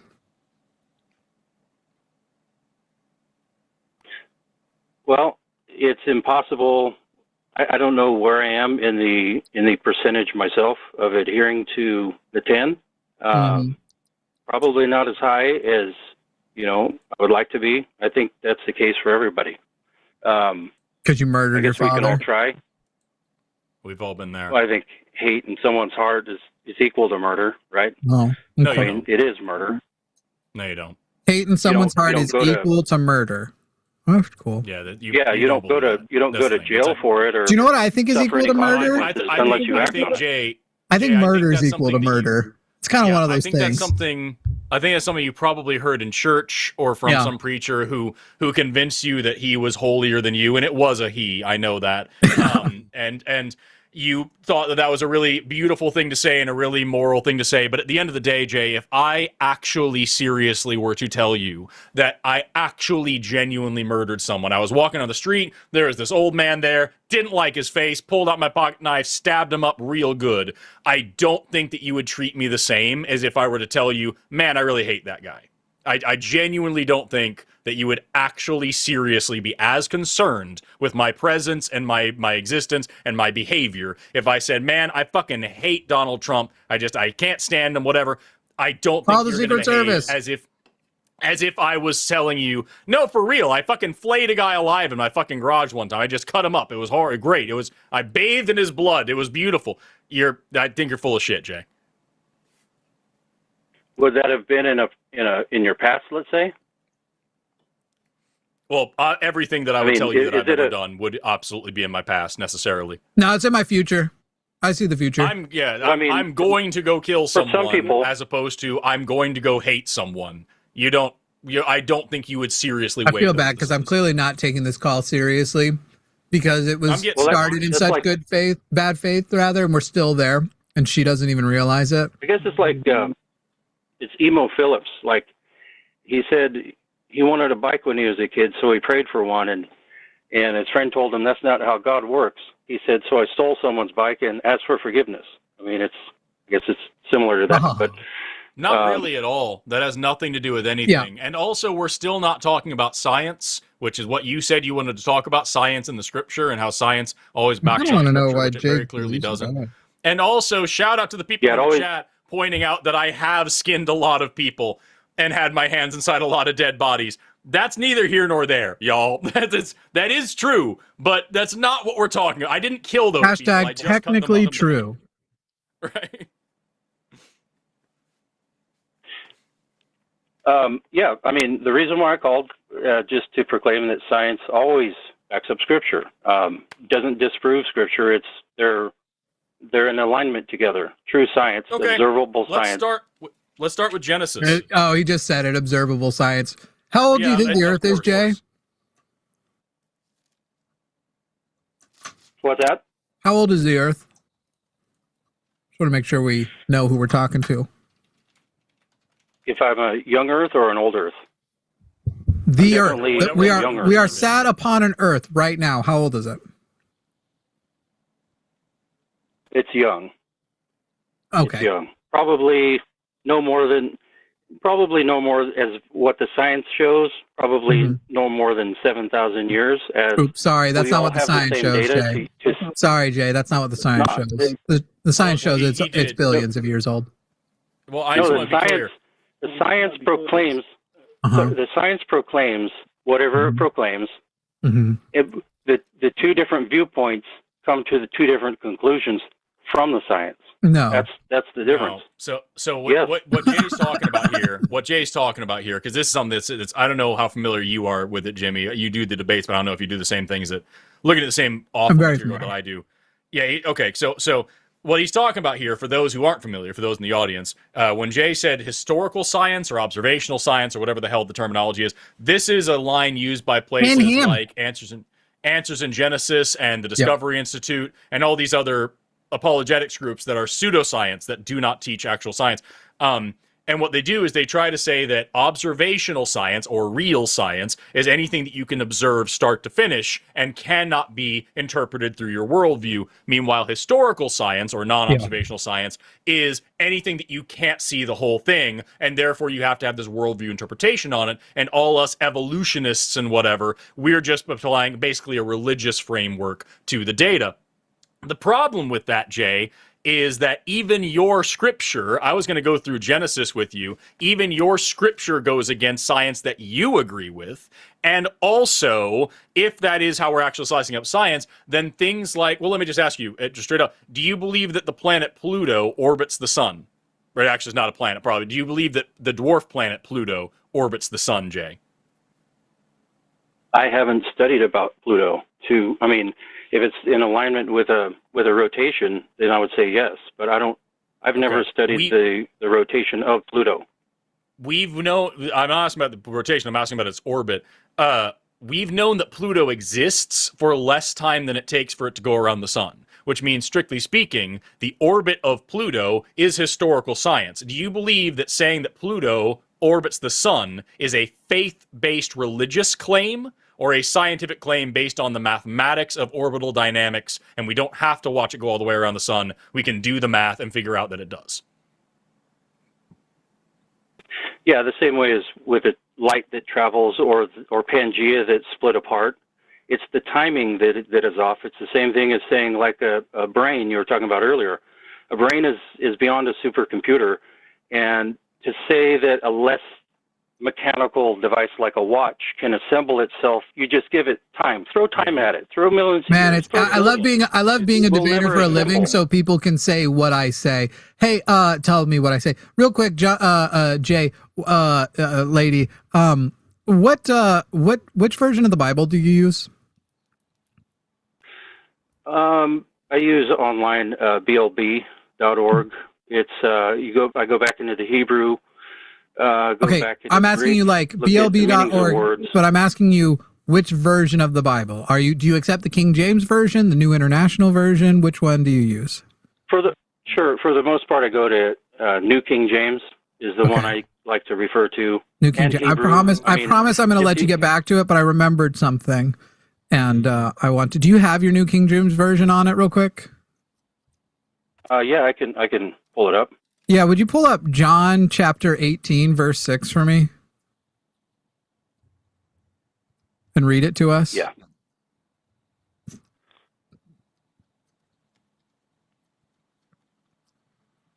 I'm sorry, 6 what? Chapter 18, verse 6. Oh, 18:6. Sorry, everybody. It's a little bit of a distraction. I don't care what young Earth creationists have to say about science. Once you're done, I'm going to go and start my grill and let you do whatever you want with them. Yeah, I have a couple other things I want to ask Jay. Yeah.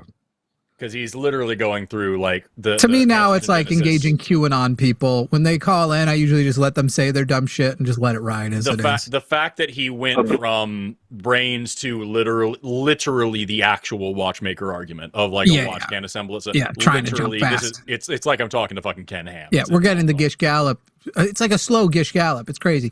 Could you read that verse for us real quick? 18:6. Yeah. Would you read that for us? Now, when he said to them, "I am he," they drew back and fell to the ground. Why is Jesus okay with telling us his pronouns, but you're not?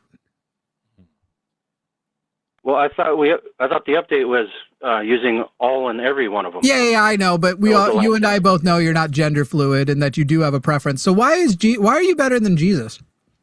Jesus literally said, introduce himself by his pronouns. You said earlier it's obvious when you're walking down the street. Here a motherfucker, before even saying his name, literally doesn't tell him that's his name for a few more verses, starts off this transgender Christ telling everybody his pronouns first thing of all. The Bible where Jesus said, "I am DNA-based male." There's got to be like Revelations, right? Yeah, is that Galatians? What's that? Thessalonians? I mean, that's Thessalonians. I mean, obviously, 2,000 years ago, none of these liberal talking points or these liberal interesting people into a corner. None of this stuff. Did existed. Jesus Christ have a penis? I guess it did exist through the. Hey Jay, did Jesus Christ have a penis? He created it. Jesus Christ created a penis. This is big. Then why did he need to? If he created can create, all of it. Wait, if he can create a no, Jesus Christ himself, not our penises. Jesus Christ was born biologically, correct, from Mary? Yeah, well. Where did the DNA? Where did the DNA come from for his penis? Where did the DNA come from to make him? For his penis, yeah, through the line of Judah. Penis. Right, but there's no male DNA. Excuse me.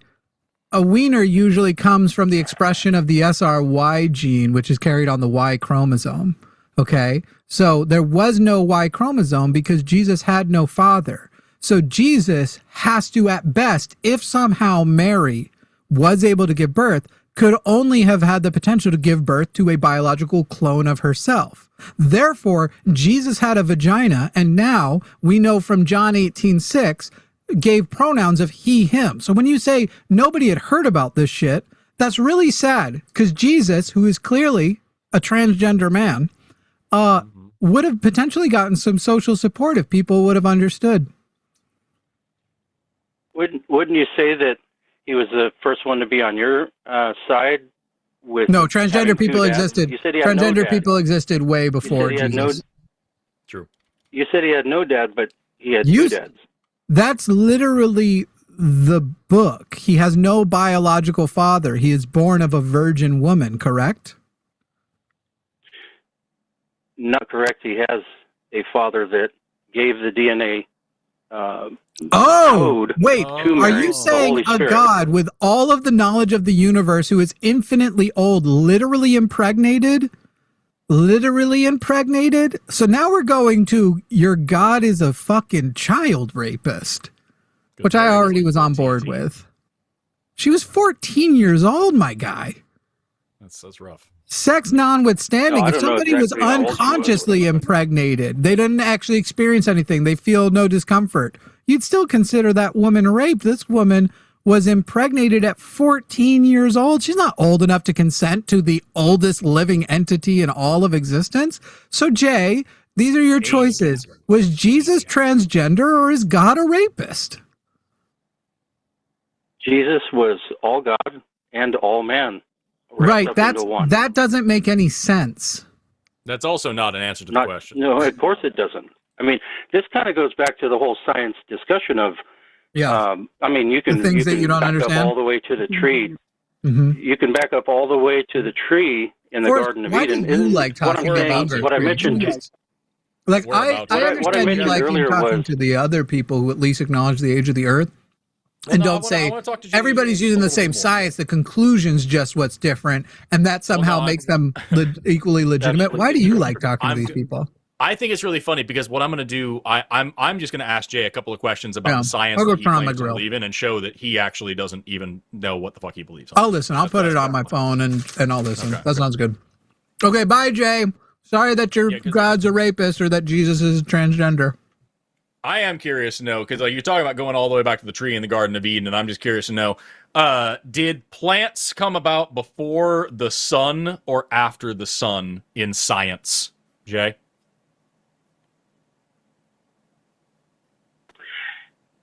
I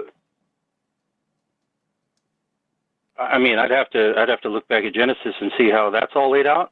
But well, I can read it to you right now in Genesis Genesis chapter 1 right here. It says, this is the third day. The earth brought forth grass and herbs yielding seed after its kind, and the tree yielding fruit whose seed was in itself. After this, God saw that it was good, in the morning and the evening and the morning were the third day. So in the third day, God creates all the plants and all the trees and all these things. And then it says in verse 16, God made the true great lights, the greater light to rule the day, the lesser light to rule the night, and the stars also. And God made the firmament in heaven, and blah blah blah. And that was the fourth day. So in Genesis 1, God makes all the plants before He makes the sun, the moon, and the stars. Do you think that lines up with science backing the Scripture? Well, if you look at Genesis 1:3, when He says, "Let there be light," that came before He did anything else. Right, but I didn't ask about light. I asked about the sun. The sun is light. Okay, so then you think that when the Bible says in Genesis 1:3, God made the light, and that is the sun, and then in verse 16, it says, and then God made lights to rule the day and the night, and that was the fourth day. He made the sun again? Or is there a different light that rules the day besides the sun?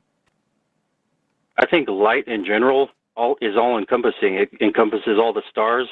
Every light we see that travels at whatever scientific rate of speed it travels today, this is what I'm saying, the data that speaks the truth, it's coming to a different conclusion through different viewpoints from people. So from my viewpoint, we agree here because we're gonna get into historical science in a minute. Like, you're saying that He made the sun, and then He made plants, and then He made different lights that rule the day, and that was also the sun, but not the sun. I just want to know when God made the sun. Was it before or after plants? Going in order here from order of arrival, this is saying light arrived before anything else. I didn't ask about light. I asked about the sun. The sun is light. The sun is part of the light. The sun produces light through nuclear fusion, but I'm asking, was the sun as a physical object in space, did that exist before or after plants started to exist? Are you seeing this thing fall down? I'm going to fucking lose it on this thing over here. Before plants. Okay, so we don't believe what it says in Genesis chapter 1. But you do believe what it says in Genesis chapter 2, though. Because in Genesis chapter 2, it says something very different. Do you think plants came about before or after humans, Jay?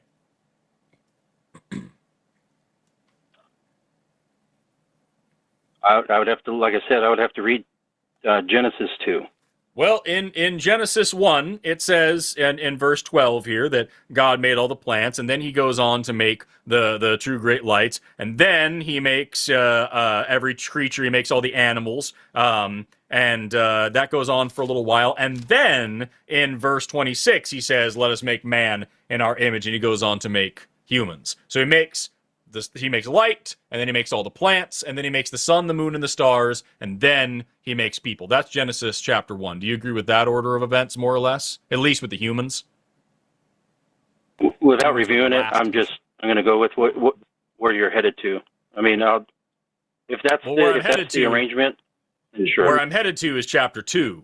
Because in chapter 1, He makes the sun, He makes the plants, and He makes the sun, the moon, the stars, and then He makes humans. In chapter 2, it says here in verse 7, God formed from the dust of the ground all the beasts, breathed into His nostrils the breath of life, and then makes the first living soul, and then He makes Eve there with the rib. And then the next thing is that it says that there are no plants because it hasn't rained yet. And so then in verse 9, out of the ground God made every tree and pleasant to the sight, and to make the garden and all the plants. So I'm just curious to know if humans came before or after the plants, because just like with the sun, the Bible says both. So I'm just curious to know which one you believe in and which one science backs.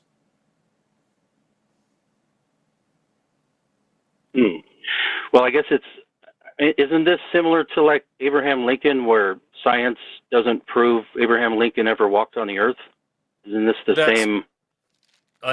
We just have a historical event here. Another weird creationist talking point that is not what I'm talking about. Did God make animals out of the ground, specifically birds? Did God make birds out of dirt or out of water, Jay? And which one does science back? Birds coming out of dirt or water?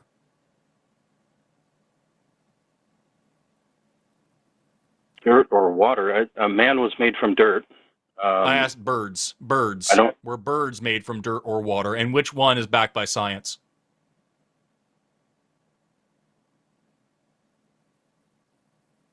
I don't. I mean, we're trying to go in sequence here in Scripture, and so I don't. No, I didn't write any of this down. That's not a sequence thing. That's not a sequence thing. That's just where they come from. Because in Genesis chapter 1, it says that in verse 24, God said, "Let the earth bring forth living creature after its kind, cattle and creeping thing, the beast of the earth after its kind. God made the beast of the earth after its kind, cattle after their kind, every creeping thing. God said it was good." And he makes blah blah blah. Let's see here. Where does it say fucking birds in this shit? In chapter 2, here we go. Out of the ground, the Lord God made the beast of the field and the fowl of the air, and brought them to Adam to see where they come from. So he makes them out of dirt in that part. In chapter 1 here, it says he makes them out of water. Oh, pardon me. I apologize. I read the wrong verse. That's my bad. Chapter 1, verse 21. God created great whales and every living thing that moveth out of the water, and which brought forth abundantly after their kind, and every winged fowl after its kind, and God said it was good. I apologize, Jay, that was my mistake. I read the part about beasts, not the part about fowls. So in chapter 1, verse 21, God makes birds, every winged fowl after its kind, out of the waters of the ocean at the exact same time that he makes whales on the 5th day. And then he makes the rest of the animals the next day, on the 6th day. But then in chapter 2 here, it says in verse 19, out of the ground, the Lord God made every beast of the field and every fowl of the air, and brought them to Adam so that Adam could name them. So in chapter 1, God makes birds out of the water. In chapter 2, God makes birds out of the land. And I'm just curious to know which one of those is true and which one of them is backed by science. Can they both be true? Well, no, because it says specifically every fowl in both of those cases. So it doesn't say some here and some there. In both of them, it says he made every single bird out of the water. And then the next verse says every single bird out of the air. And also, this is in different order of events, because in chapter 1, this all happens before he makes Adam. And he also says he makes Adam and Eve together. And then in chapter 2, this all happens after he makes Adam, but before he makes Eve. Because he makes Adam, and then he makes all the animals, and then he makes Eve in that order in chapter 2. But in chapter 1, he makes all the plants, all the animals on 2 different days beforehand, and then makes Adam and Eve at the same time afterwards. Again, I'm just asking which one of these is science back, and which one is true. Because you said science always backs Scripture. And I'm just curious to know, these are not only contradictory scriptures, but neither one of these are backed by science. So I'm just curious to know what we're talking about here. Sure. Does Genesis 1:21 say, so God created the great sea creatures, every living thing that moves, with which the waters abounded? Or did it say from the waters that abounded? It says, meaning, I'm going to read it directly. Mine's a King James version, so the language is a little weird. But it says here, God created great whales and every creature that moveth, which the waters brought forth abundantly. So it is the waters themselves that are bringing forth these animals after their own kind, and every winged fowl after his kind, and God saw that it was good. So he's making these things come out of the water, which sounds a lot like evolution, but not quite in the right order. Okay, so macro or microevolution? Well, in this case, it would be extreme macroevolution, which isn't supported by the fossil record in the way that it's describing here. But that's also not the point. I'm just asking which of these happened first and whether or not they came out of water or earth. Because the next one, again, I'll read the exact line here.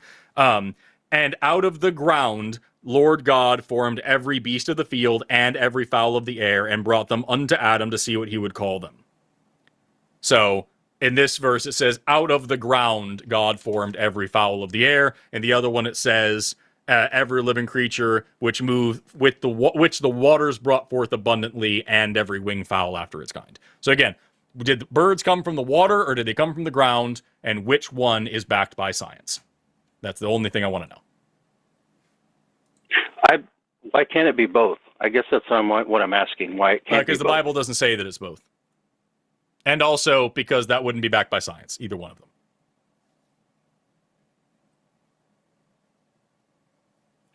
Would instant light from millions, billions of light years away appearing, that's not backed by science either. No, the rate at which the light moves today that would violate everything we know about relativity, and it would rip the universe in half. Yes. Now, Pangea splitting apart as is declared in the days of Peleg and Nimrod, that generation it clearly says that's when the earth was divided. So that's not science-backed either, because it moves at the continents drift at a certain rate of speed today. So obviously this is where the word miraculous comes in, to have instant light, to have Pangea move in one generation. And it names which generation it happened in, happens to be the one where everyone got their own language and their own people group. And like I said, this backs up the science of peoples on the earth. How do you know? You can go down the Ice Age route, but... Just out of curiosity, Jay, how do you know that when it says the Earth splitting and all that stuff, it was talking about Pangea and not any of the other times that there have been supercontinents like Pangea? Because there have been like 6 or 7 times that all the continents of the Earth have been united and then split apart. So, like, how do you know it was talking about Pangea and not one of the other times that happened?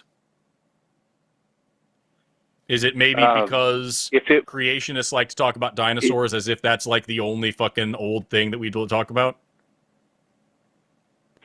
I don't know about that, but I mean, as far as the science goes versus the miraculous event, I don't know of any other event other than Pangea of any other supercontinent. There have been plenty. And as far as, and the reason you don't know about it is because. The reason you don't know about it is because it's not a popular creationist talking point, which is literally all you've been giving me this entire call. Is just some shit you heard Ken Ham say.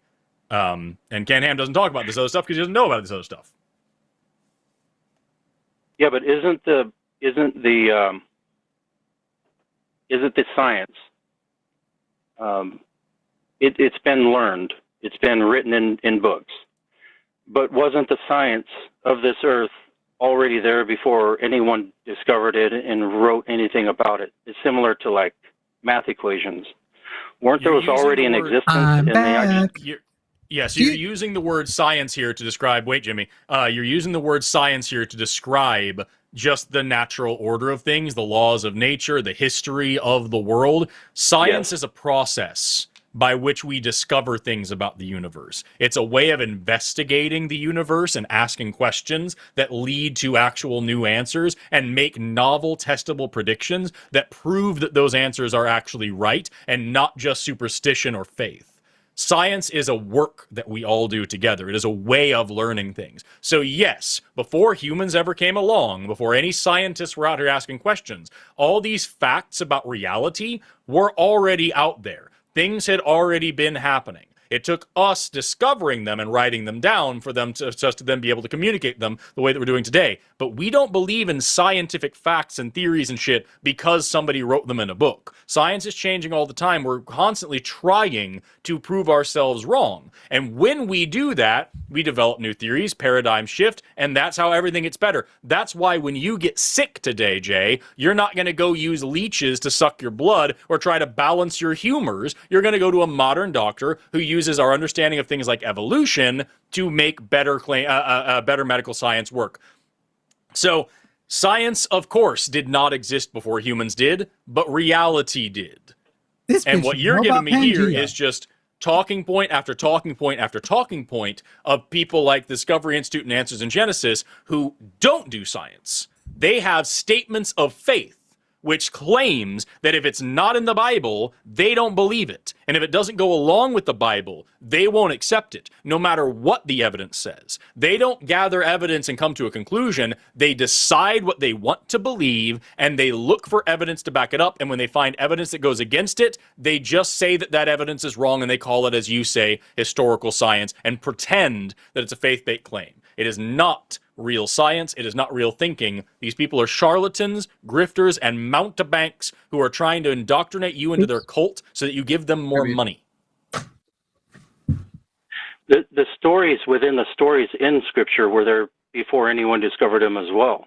I mean, we can look at the tree of knowledge of good and evil. I mean, they have also been massively interpreted and stolen and rewritten and reimagined. Lots of parallels from the Bible with other religions. And also, nothing that you can point to in the Bible that you don't have to interpret in the way that you're talking about right now. When the Bible talks about everything being made of very, very small things, and people talk about, oh, that might be atoms. First of all, that idea already came about from Democritus over 1,000 years before the Bible was fucking written. And second of all, like, that's just your modern interpretation. We scientists found that shit out and gave you that knowledge, and now you are bastardizing it to fit into your book. Same thing with the Earth breaking up. Guarantee you go back a little while ago, plate tectonics wasn't really discovered and wasn't found as a theory until the 60s, I think. So you go back to the early 1900s, late 1800s, ask somebody what they mean about the Earth breaking up, they're not going to talk about it the same way you are. That is a faith-based claim. You are doing what you're accusing scientists of doing and interpreting data to fit your faith, not to fit what the actual data actually show. Well, both sides do that. That's what I'm trying to say is they take the data according to their faith and their viewpoint. No, we fucking don't, Jay. And if that was the truth, if that was what we were doing, then you would not have the history of science as we have it, where, as I said earlier, we overturn our paradigms and change things. Take a look at just my field in biology. Go back all the way to Nicola Steno, who pulled up tungstones and said these triangular rocks, I think, are shark's teeth. It wasn't for another couple hundred years when Cuvier came along and suggested the idea of extinction for the first time that we took that concept seriously. It was a massively controversial idea, and it was because of the work of great scientists like Mary Anning and George Buffon and shit coming up with these concepts step by step, suggesting that maybe life is able to go extinct.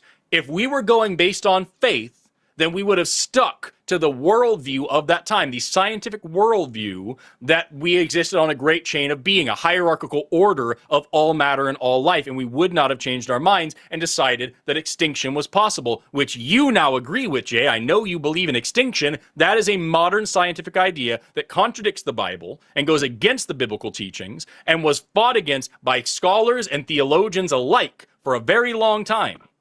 We gave you this scientific understanding. We changed our minds. We went against everything we thought was true about the universe. Go back to Hubble, discovering the expansion rate of galaxies and Hubble's constant. We changed what we thought we knew about the entire fucking universe because the truth was more important than faith. You are the one who is misinterpreting scientific data to back your worldview. It will keep changing too. I mean, it's like the Jehovah's Witness congregation. They keep changing their stuff. And because they're not going by scripture. And Jay, the difference is, Jay, we are getting closer and closer and closer and closer to the accurate numbers. When we talk, for example, about the age of the universe, and we talk about how it's 13.8 billion years old, you go back a couple of decades, it was 14 billion years old. We're talking about a change in a decimal place. We're arguing about getting it closer and closer and closer to the truth. We're not changing our minds and saying suddenly, actually, you know what, maybe the universe it's actually 50 million years old, and this person says it's 40 billion, and we just have this we have to decide who we believe. No, we go by data. We go by evidence, and we change our worldview to match the evidence. You change the evidence to match your worldview. And I can prove it to you right now. Jay, can you prove to me? No, you're not. and also fucking sex. Plus, I only have 3 minutes, so I have to flip my Jay, food. can you prove to me that you are related to your own grandparents? Jay's his own Through grandpa. DNA testing. Right, but that's not observational science.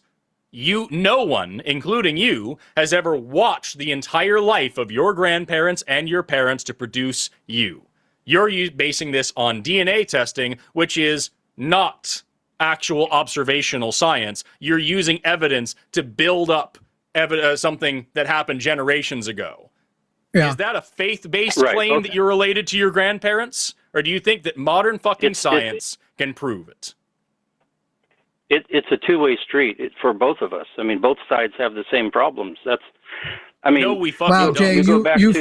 Jay, you fundamentally don't understand what just happened. He's explaining he can prove because of science that you are a descendant of your grandchild, that you, based on the standard you've given, your grandparents rather, that based on the standards you've given, you can't.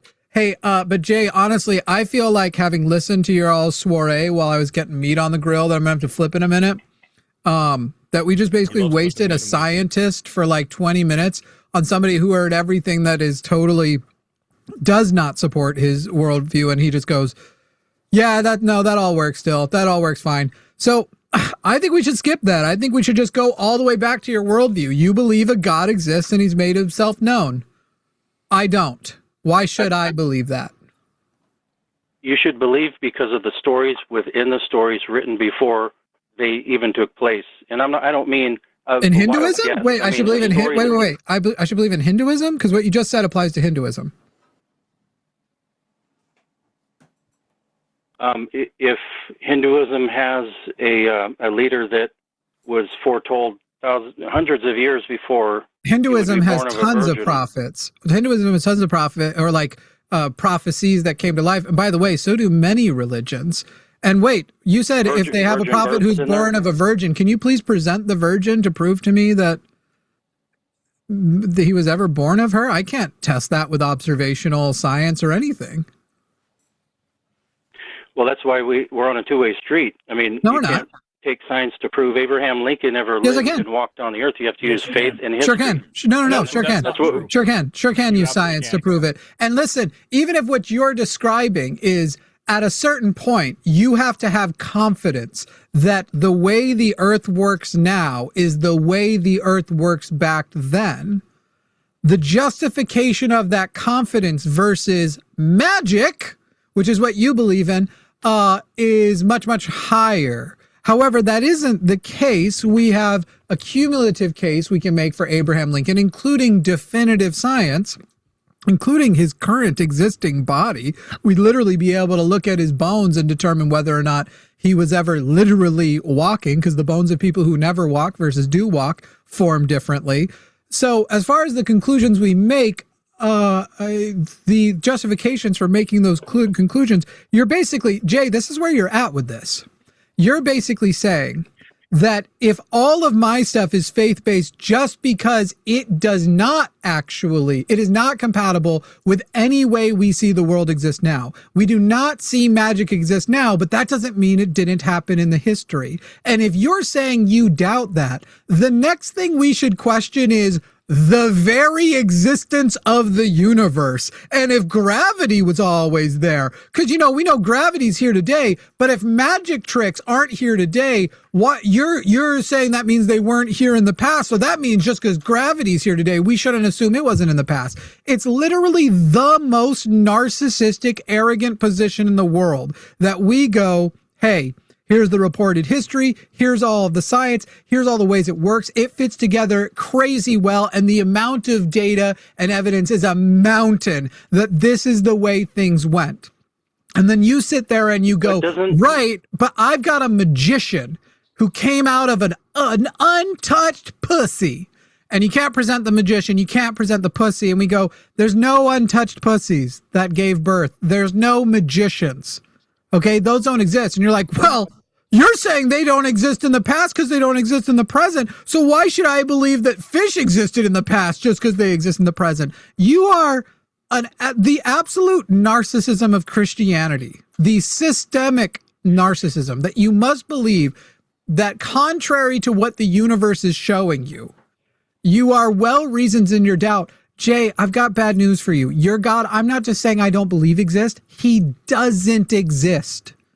He does not. You have committed the 52 years of your life to a lie. And you cannot defend it except to try and lie and misrepresent your opposition and go, well, we have the same problem. Well, if you genuinely believe that, I wish there was some sort of eternal wager we could put down. But the problem is when you die, you're not going to find out. You're just going to be dead. There's no finding out after you're dead. So I don't even get to win the wager. You've done nothing here, Jay. You've done nothing here. You have nothing. Aren't all three of us operating on the same faith and historical evidence of Abraham I have zero Lincoln? faith. None of us have ever done the tests. I have zero faith. No, Jay. Because when you get an actual fucking science education, you learn how these tests work. Shit, I gotta go learn flip. how rigorous these different fucking fields are. And so even areas that I'm not trained in, like history, I'm not an historian. I don't know what the fuck that's not my. I know how rigorous their work is. And so I can trust those people without putting faith in their claims. Have they ever proven to you through testing and a thesis that Abraham Lincoln, here's the evidence of his life on Earth, here's his family members? I can gather that evidence I'm sure it's for out myself. There, right, but I'm just guessing that none of us have done that. We've always accepted, just like we've accepted gravity. We can't explain gravity, but we can accept it. It's the same way God is. We can explain gravity. And that's the thing. You don't have to accept things if you actually care enough about them to actually look into them a little bit. When you're getting an actual science education, you actually learn how to test the force of gravity and whatnot, how to test the speed of light and whatnot, how to explain these things, how we learn what we learned about these things. It's not just, here's the fact, you better know it. It's actually an education where you learn not only what we know, but how we know what we know and how to verify these things for yourself. You can literally prove shit like the speed of light with a fucking microwave and some fucking cheese, dude. I get, like, at the end of the day, what you're presenting to me is the same ignorance that I get from fucking flat earthers who tell me, well, you can't prove to me that the same force of gravity today in your lab works in Egypt 3,000 years ago. It might be different gravity. It might be different thing. Bullshit. It's absolute fucking just stupid arrogance, like Jimmy. Isn't the tree story of Adam and Eve eating of the tree of knowledge of good and evil, knowing they were naked? I don't know what the fruit was. People think it's an apple. The symbol of man's fall probably a pomegranate. Is plastered all over. Adam and Eve never existed. So what is the point of this? It's just a story, but let's just look at the the story of not in your Bible. It's not just a story. Of that. Why am I hearing my audio back in so that weird? Symbolism, in that symbolism, people have iPhones, they have iPads. That symbol of the man's fall is all over the place. First, no, it's not. Wait, it wouldn't even, Jay, it wouldn't even matter if it did. The symbolism of apples and man's fall, not only is it quote unquote, you go all over the place, it also exists in religions that existed prior to Christianity and to Judaism.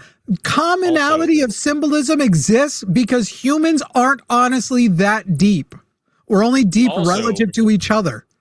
It's also important to point out that it only exists because Christians force it into a bunch of different fucking places. And if you want to talk about, like, these legends of where humans came from, I mentioned earlier fucking Robin Wall Kimmerer in her book. She explains the Potawatomi creation story, which I think is a much better representation of actual science and what it shows about human evolution and where we come from.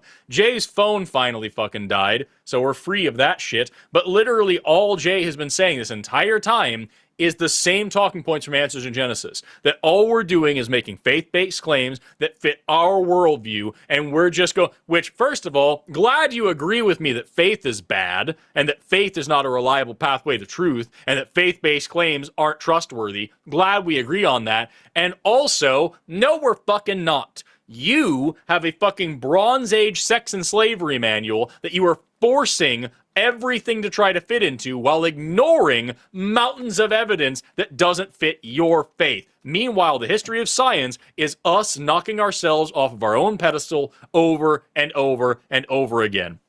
Does that mean we never get shit wrong? Of fucking course not. We get shit wrong all the time. But we're fucking tough enough to admit it and correct for it and change our minds when better evidence comes along. Jay and the people, the fucking liars and charlatans and grifters and cultists at Answers in Genesis and the Discovery Institute and whatnot, all they can do is say, well, you know, if you squint your eyes at this and don't think about it too hard, kind of sounds a bit like Jesus. And that's all you fucking got. It's lazy, it's arrogant, and it's fucking pathetic. But at the end of the day, what can we expect except for this kind of shit from somebody who took 10 goddamn minutes to cover basic first grade grammar? What the fuck is a pronoun? From you know, biologically based male J, whatever the fuck, or DNA based male J, and this particular J. Fuck off, dude. Get fucking real. It's so lazy. It's so unbelievably lazy. Thank you to the phone. Shout out. VIP in this call was Jay's fucking phone. That particular Jay and her shitty ass phone that finally fucking died and rid us of her arrogance. Let's talk to Michael, who's calling in to say that spiritual beliefs still have a place in today's society. Michael, you're on the line with Forrest and only Forrest, while Jimmy is flipping his meat. How are you today? I'm good. Can you hear me? I can hear you just fine. Hello? Hello, okay, can you hear great. me? Yeah, I can hear you just fine. I'm tempted to tell you that I'm a DNA-based male, but I don't think I want to. Yeah. What are your pronouns, Michael? Also, he and him is fine. Excellent. We'll get those on the screen right away. So, Michael, what did you want to talk about? Well, first, I guess I want to ask a question, if that's all right. So are you guys like dead set against all spiritual beliefs, or just the ones that hurt people? Or, I mean, do you see no value in spirituality? I'm just curious. I'm not trying to dodge your question. The genuine answer that I would have here is that I would have to ask you what you mean by spirituality, because it is such a flimsy term that I hear it used to describe like when people are like devoutly religious and they have what they call a spiritual faith, spiritual experience, spiritual side of them. They use spirituality to describe religion, versus people who are like deconstructed, but they still have like this kind of like quasi-emotional relationship with the world, and they describe what I described to that other caller a little while ago. So I'm cool with like so your partner Jimmy described himself as a secular humanist. You're an atheist, yes? We both are atheists. So secular humanism is just a philosophy that we would, kind of adhere to, or one of them. Sure. So neither one of you has any belief in anything outside of what you can basically define with your senses, or what is clearly defined by scientific principles, yes? No, I would not say that's true. I would say, because there's a lot of things that science doesn't, like, there's a lot of things that we haven't discovered with science, and also, like, one of the foundational lessons in science is a warning against what we call a naive realism, which is the belief that your senses, your perception of the universe, are valid and accurate and tell you everything you actually need to know. So I would say I don't believe in anything supernatural, and I'm willing to accept that there's things that I don't know yet, and there's other stuff that I haven't learned yet, but I will not believe those things are real without good evidence. So I'm not saying there is absolutely no such thing as a God or whatever like that. I'm saying I have no good reason to believe in that, and so I'm going to live my life as if that isn't the case, and that seems to be doing just fine. Fair enough. Okay, so I would go as far as to say, when I define spirituality, I would say something along the lines of philosophical and moral paths that help people shape their lives, bring a sense of community, and help them in their day-to-day events. Now, whether they actually believe in the supernatural aspects of it or not, it's not for me to say. Some people believe in one thing, some people believe in another. I was raised by one Native American parent and one person who followed a European pagan tradition, so I have some spiritual beliefs that lean that way. Do I believe in the supernatural aspects of it at this stage of my life? 99% no, but I'd be lying to you if I didn't say there wasn't 1% of me that's kind of, hey, we are the children of our parents, and the world's a big place. Who knows?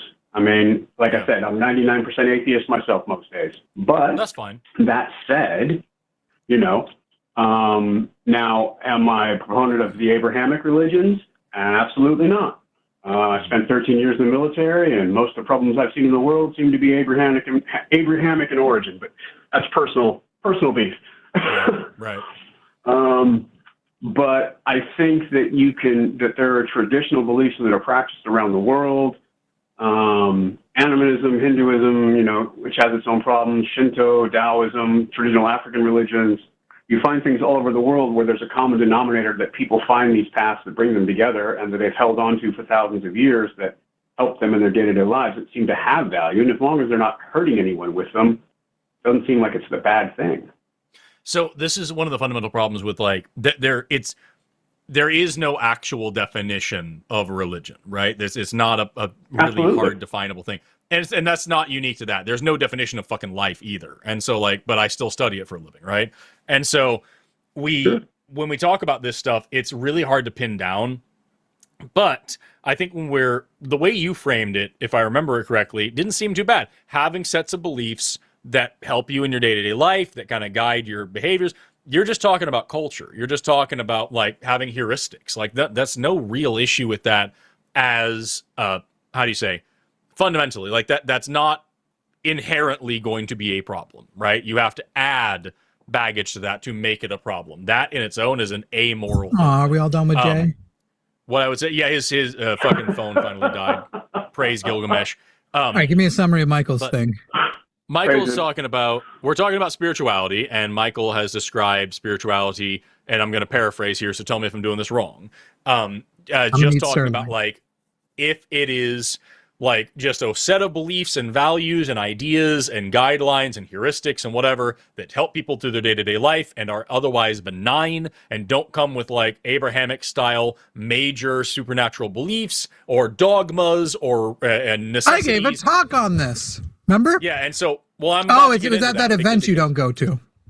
Yeah, I was about to get into saying when it comes to those cultural heuristics, the reason why I said there's no definition of religion is because you could be describing lots of things and not call it spiritual, and we could be talking about the same fucking thing, and we would both be right to call it spiritual or not spiritual.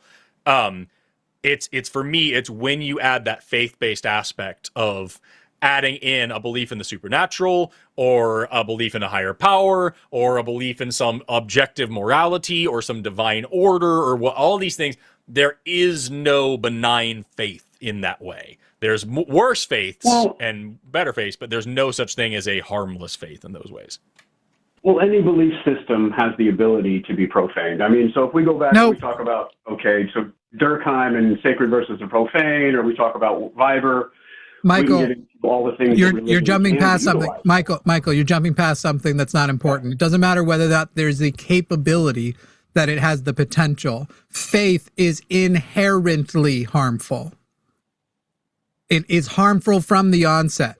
Faith in a proposition and accepting that faith is an adequate foundation for belief is inherently harmful. And I can show you for a couple of ways. The first way is that it is a type of gullibility. And in fact, all of the versions of the harmless faith you are talking about exist within algorithms, marketing algorithms that target people with those types of faith because they know that those are the people they can sell some sort of tangential bullshit to. But here's the other issue. Hey, Michael, let's say progressive Christianity. Do you find it to be, or at least before this call, a rather harmless form of Christianity? No, he specifically said I don't find Christianity to be harmless in any way, shape, or form. Okay, what is an example? What about astrology? Do you believe that there are people who have... Wait. So look. Oh, I don't need special things. Go ahead. I mean, I understand what you're saying. I have to be quick because I got to go back and about the Abrahamic faith or soft, furry bunny, fuzzy bunny-ish.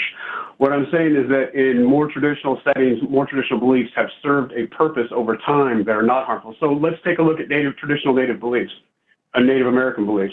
Those have been a cohesive belief system that have allowed those people to survive as a culture, an inherent belief system that they have shared over the face of this continent, tribe to tribe, band to band, that have allowed them to exist in a people in the face of incredible oppression. Okay, Michael, you are listing a positive of religion, which is community. and not necessary to have religion to do. And then you have made just the blanket claim that they were harmless. And I reject that that is true. I reject that even... I'm not saying they weren't harmless. I'm saying it is a part of their culture that has helped keep them alive. And you can say the same... Excuse me, Michael. You can say the same thing about Christianity and Black Americans as well. And you say... It's like the caller we had earlier. What you know is that it assisted in the fact that they are alive. We can't speak to what their culture would have done if they hadn't had it, or what their culture would be like if they had instead of opted for a secular alternative. One of the great harms that almost all the religious traditions, including indigenous traditions, have is the thoughts about the extent, like life after death. And it creates a world in which people don't adequately value their life, but also doesn't allow people to grieve in a real way where they're actually grieving loss because they are essentially stuck in the denial phase that they've actually lost something. So when you're saying like it was a positive for it, it's more of they exist and that was a part of the history. So we're saying that's why they survived. However, again, we don't know what that world would have looked like without it. And it certainly wouldn't be an argument for today's society. You're absolutely right. To maintain it in today's society. A lot of those traditions would look like because Christianity steamrolled over so many of them in so many different ways. Which is a great exciting leftist point we can all both make, but completely you just ignored the actual point I made and instead got your points on the thing we would agree on. I bet you can't actually repeat to me what my point was. No, I'm not disagreeing with you. I understand what you're saying. I'm just saying that faith, a belief, can have some value. You don't agree with it, and I understand that. You're an atheist, so why would you? I'm just saying that we can both exist in the same world simply because we see it in a different way. Faith is inferior. Faith is inferior to non-faith is my proposition. Can you give so whether or not you can pull a positive, you can't pull out a single positive that can exist without religion and faith. 99% of everything. My God, how am I meant? Michael, no, you don't, because you don't hear 99.9% of the things I say. You keep talking over literally every time. You have not let me finish the shit I'm saying. So how can you say you agree with 99% when you're not hearing it? Oh, it's useful now. I've lost my train of thought. My God, Michael. Michael, faith is inferior. Our proposition is faith is inferior to non-faith. And whatever value you have from the past, today with our modern understanding, you do not need religion to get that positive. And so if it is unnecessary to deliver those positives, it is unnecessary to continue to engage. So can I ask you both of you a question? Yeah. Have you ever, neither one of you has ever served in the military, I'm going to assume? No. Correct. Have not and would not. So have you ever tried to? So you've never been in combat? Have either of you ever been in a life-threatening situation? I mean, seriously, like crazy life-threatening situation. Probably more than most people you've ever known. Why not? I spent 13 years in the military, 10 of it in airborne infantry, and served in 2 wars. Yep, and I had to spend a few years actively every day taking actions to stay alive because I was so sick. So yes, I have faced my mortality dead in the fucking eyes. That's actually happened twice in my life. I bring up that point. Go ahead. So you faced your own mortality. That's good. That wasn't the point that I was going to raise. The point I was going to raise is when other people die, those ceremonies that you have, they bring people together and they serve a purpose. Now, I'm going to tell you that I don't necessarily believe in anything that happens after I die, but the ceremonies themselves, the rituals, serve a purpose. They bring people together in community. Now, whether atheists still have funerals things or not, I don't know. Atheists still have funerals. Now, whether people believe you can have faith. Yeah. You notice how this didn't come back to whatever your combat point was, and then you said like, "Oh, that wasn't the point I was making anyway." It seems like that was the point, and you abandoned it. No, I didn't abandon it. I was talking about the people that I lost in combat, not the combat that I was in. You didn't ask us about, you asked us about the mortality, our own mortality that we've faced. I wish you would ask me that. As a result of the things I went through in my life and the treatment and the people I was exposed to, I've also probably lost friends. I probably lost more friends than almost anybody you know too. So that's kind of like, ask the actual questions that are relative. By the way, Atheists still have That's funerals. An amazing statement. I don't know how many friends you've lost, and I doubt you know how many I've lost, but I think that's an interesting statement to make. Look, hey, Michael, once again, I'm claiming that you're not listening to what I said, because did I say that I know more people who have died than you, or did I say than most people you know? Most people. And mine's in the dozens. So would you say most people you know have lost more friends than me, or less? I'm not saying I was super close with all of them, but I met a lot of people going through treatment. Yeah, so no shit. Okay, so Michael, maybe before you contend, know what you're saying and actually listen to what I'm saying.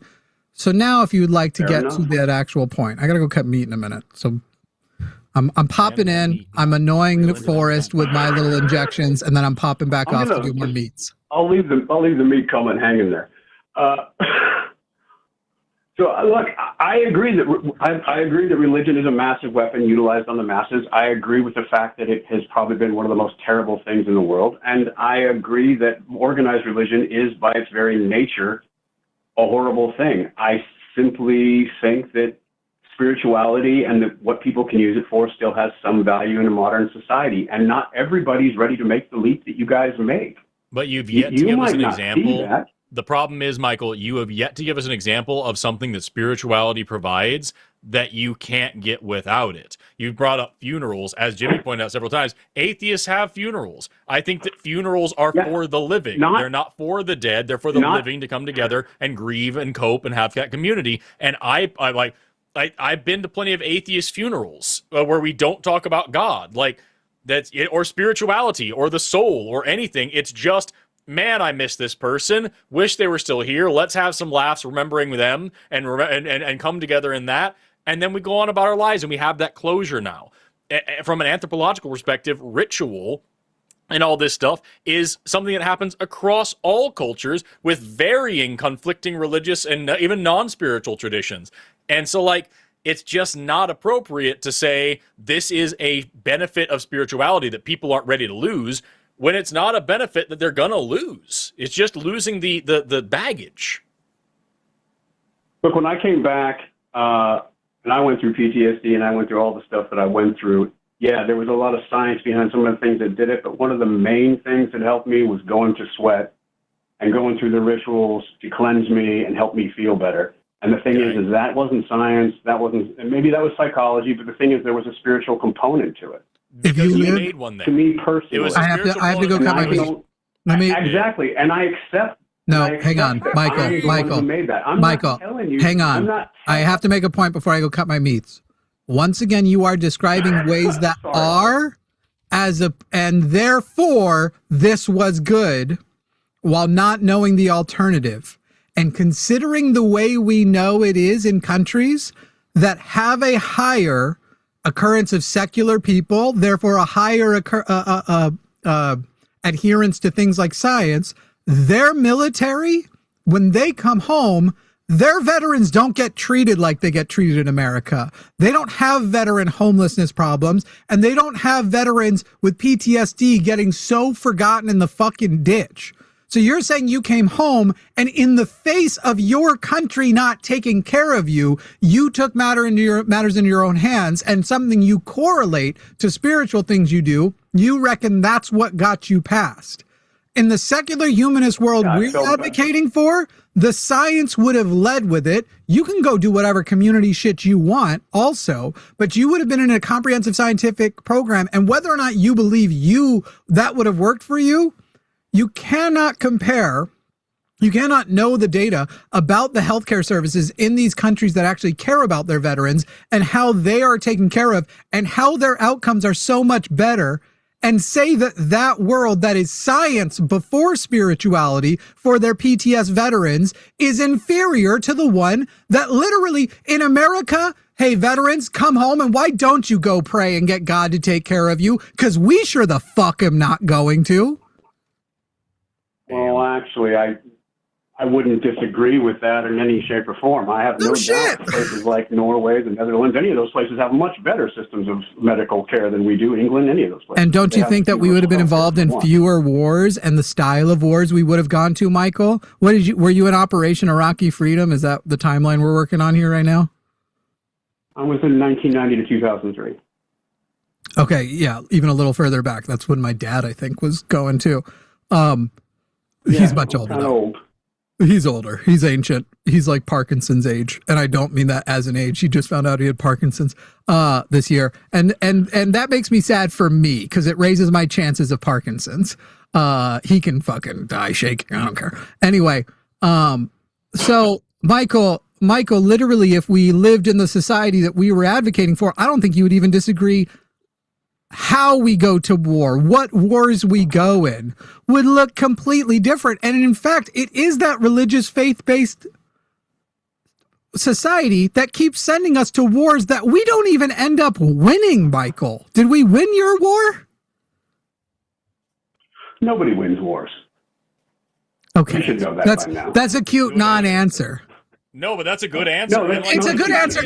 It's a good answer in the right context, but in the context of that question, it was not a good answer. No, but I'm saying to his credit. Let me follow up with that. To his credit, is that earlier on, Michael specifically said, I'm sorry to cut you off, Michael, but what he specifically said earlier was that when he was in the military, he saw that a lot of the world's problems are caused by Abrahamic religions, which is a lot of what you're saying here. I think the disconnect here, where you guys are talking past each other a little bit, is that Michael is talking about these spiritual beliefs, not the kind of thing that you're hammering on. And I think that the major issue is that Michael is not seeing that there is no such thing as a benign faith, which is... I think that's exactly what I'm saying. I'm literally I think that's literally what I'm telling you is like the spiritual world that's always hanging on to the good things of religion are all those religions that you're talking about. Because Michael, for every one of you, the Christians call in who are like, well, I'm a progressive Christian. What's wrong with me? And they see you as on their team, not ours. Even as you say ideologically, we agree more.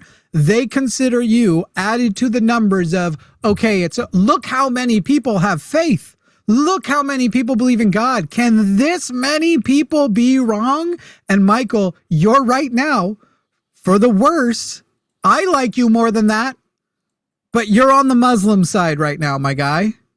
When it comes to foundationally, you're on the Christian side right now. Foundationally, it is okay to accept beliefs, especially if they make you feel good or get you through something hard, with a foundation of faith. And that's why it's harmful, because you are, like we were talking with the voter earlier, the culture of even in the safe states, not voting makes people in the not safe votes not vote. Even in the safe religions, believing in faith make people in the not safe religions feel further affirmed in their faith. That's the jam. I got to go cut my meat and then put it in the fridge before it's too late. So I have a bunch of cold sirloin nuggets tomorrow. Look, Lux, you don't have to keep doing that. We don't do it on the other show. Like the other ones just showing the empty thing. No, you do. Because this is what I always do. Don't tell me what to do. Don't do it. I hate it. Well, you also know it's not going to be as easy later when we change. I've got a soundbite from Jimmy right here. Check this out. My meat! My meat! That is me. I was going more for Zuckerberg smoking his meats. No, that's a clip from the banned video game Harvester, where Mr. Potsdam's freaking out about his meat. So people know I can only eat like 5 foods. One of them is lean sirloin, so I make a bunch. I buy it in bulk, so it's basically very close to the same price as chicken breast, which is one of the few other things. I buy it in bulk, I cook it in bulk, and I freeze or refrigerate it into these little nuggets, and that's pretty much serial carnist Jimmy Snow. Michael, does this are we coming to an understanding here at least? Because I don't know if we're going to completely agree, but like, are we at least on the same page with all this stuff? I completely understand your points of view. I do. I'd like to circle back to the comment about war. The reason I said that nobody wins a war is the fact is that, soldiers don't win wars. Soldiers buy time so somebody else can stop the war and maybe actually do something. Ideally, the war never starts in a perfect world. I mean, soldiers are just chips on a board, and soldiers realize that. They're the children of the poor people that the rich people say that they should go die. I get it. Yeah, I promise you, you and I are probably on the same page with this. I seriously, I wasn't joking. I think that was a great answer. It wasn't what Jimmy was going for. In my life, this is the third little Middle Eastern adventure that I've seen in my lifetime. 2 of them I've been involved in personally. So yeah, I'm not really particularly pleased about what's happening, to say the least, especially considering all the crazy faith-based shit that's going on around it. No, I think you can take the spiritual. Maybe I should just say you can take the spiritual side out of it. You can take the mysticism out of it. You can take the gods out of it, and simply have the cultural sets left. And I think that has value. So I can leave it at that. Like I said, we agree. We agree on that. Yeah, I mean, the issue that both Jimmy and I have.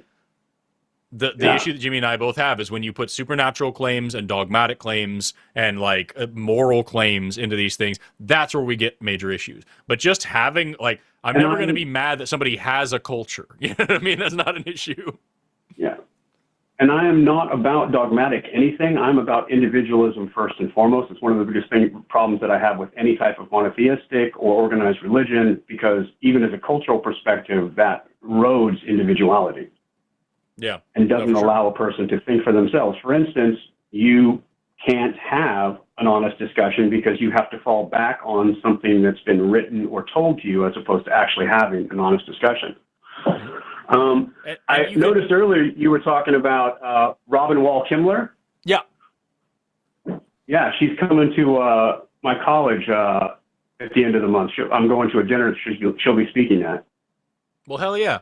Go see her. She's really cool, as far as I know. Maybe she's an asshole in some other way that I didn't know already, but Oh no, I'm looking forward to it. I'm very much looking forward to speaking to her afterwards, I hope. Yeah, check out her book. Again, it's called Braiding Sweetgrass, and it was transformational for me when I was learning anthropology. That was my first foray into grad school, was in anthropology, and I had a hard time with post-processual anthropology for a lot of the reasons we're talking about here, because we're talking about it got real into some woo-woo shit and what does it mean to be a person in these societies and what does it feel like, and the whole concept of phenomenology pissed me the fuck off, still does. But her book specifically really helped me build some bridges in understanding that kind of cultural anthropology, and also in building bridges for myself as well, like connecting my own, what you might call spiritualistic ideas with my scientific ones, and I think it made me a better scientist. So I think she's a really cool person, as far as I know. Like I said, I believe it was Malcolm Reynolds who said that everybody who ever had a statue built of them was some kind of son of a bitch or another. And I feel the same way with everybody. Like, maybe she's got some shitty things, but as far as I know, she seemed pretty cool, and I hope you enjoy seeing her. I'm looking forward to it. Yeah, I'm actually getting ready to start grad school myself as a sociologist. Good for you. That's awesome. I want to go back and do a bachelor's in sociology someday if I ever have enough free time.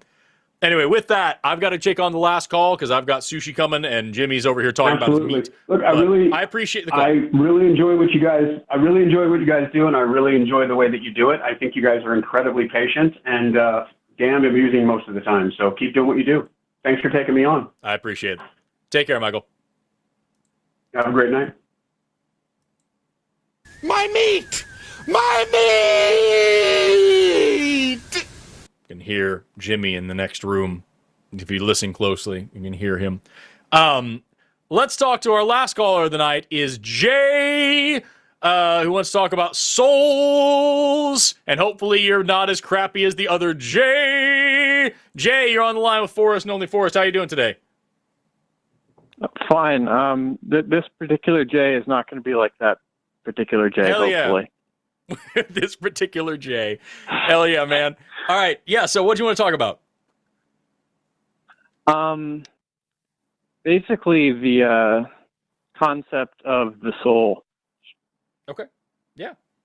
And you think this is a real thing? You think souls exist? Yes, I do. Okay, and you're calling in as a theist. Would you mind telling me what God you believe in? I mostly just believe in the concept of theism generally, not specific God. So nondescript higher power, but because you're saying theist, not deist, you do believe that this higher power is directly responsible for the state of the universe and has the power to intercede in the universe and responds to prayers and things like that. Like, am I getting anything wrong here? I'm sort of agnostic in that respect. Okay, would you say you're more of a deist, that this God just started the universe up but doesn't involve itself with the universe? Or do you think that this God is involved with the universe and does care about what's going on in the universe? Well, it could be involved in the universe, but not necessarily. But it definitely not as a single consciousness. Do you believe in a heaven or a hell? Maybe there's an afterlife. I can't really speak to that. Okay, so we're ambiguous to afterlife. We're agnostic about afterlife, agnostic about whether or not this God cares at all about what's going on in the universe around us. So I just want to make sure I'm not talking past you, because I don't want to sit here and start talking about souls being judged and all these things if it's not what you believe in. So just to be clear, because Jimmy also just got back here, is that you are agnostic, more or less. You do believe that there is a God. You don't know if there's an afterlife. You don't know if this God cares about what's going on in our universe or intercedes in our universe or answers prayers, anything like that. What you believe in is that there is some higher power, and also we have souls. That's all we've got so far, right? And how old are you? Yes. 20. What religion were you raised in? I wasn't raised in any religion necessarily. Where do your spiritual beliefs come from? I basically just developed them on my own by thinking about it a bit. I mean, my mom was sort of spiritual, or is. Have you ever been in a state of monotheism? Like Christianity, like Islam, Mormonism? Or is this your maximum No, I have amount? not. Okay. Yeah, this is. Okay. So you believe in God and you believe there's a soul, but you don't know much more than that. Yes. Okay. Why do you believe there's a soul? Well, kind of difficult to explain since we don't have words for the exact things that I believe in. But if there were no souls and everything was just purely material, you would not be experiencing this conversation right now or anything. How do you know that? Experience seems to be a quality of consciousness, so why is a soul necessary? Okay, well... Yeah, what you just said is as meaningful as me saying if you had a soul, you would not be able to enjoy this conversation. It just doesn't... Yeah, I mean, we have conversations with things that don't have souls more than ever. We have conversations with LLMs, and they, to some degree, think they are no longer what people think about what I'm saying. As just pattern predictions. But we are much more complex flesh computers. That is not what I said. I said you would not be experiencing this conversation. Why? Some conversation would still be happening. I said experience is a quality of consciousness. The fact that, like, we consider that we've had an experience because, one, the acts can happen, and two, we can remember it spontaneously or at will, as much as there is will. So what does that mean that we can't experience without a soul? Well, you would be able to still, think and even, like, sort of reflect on yourself and be conscious. So what can't we do without a soul that is part of the experience that we are having?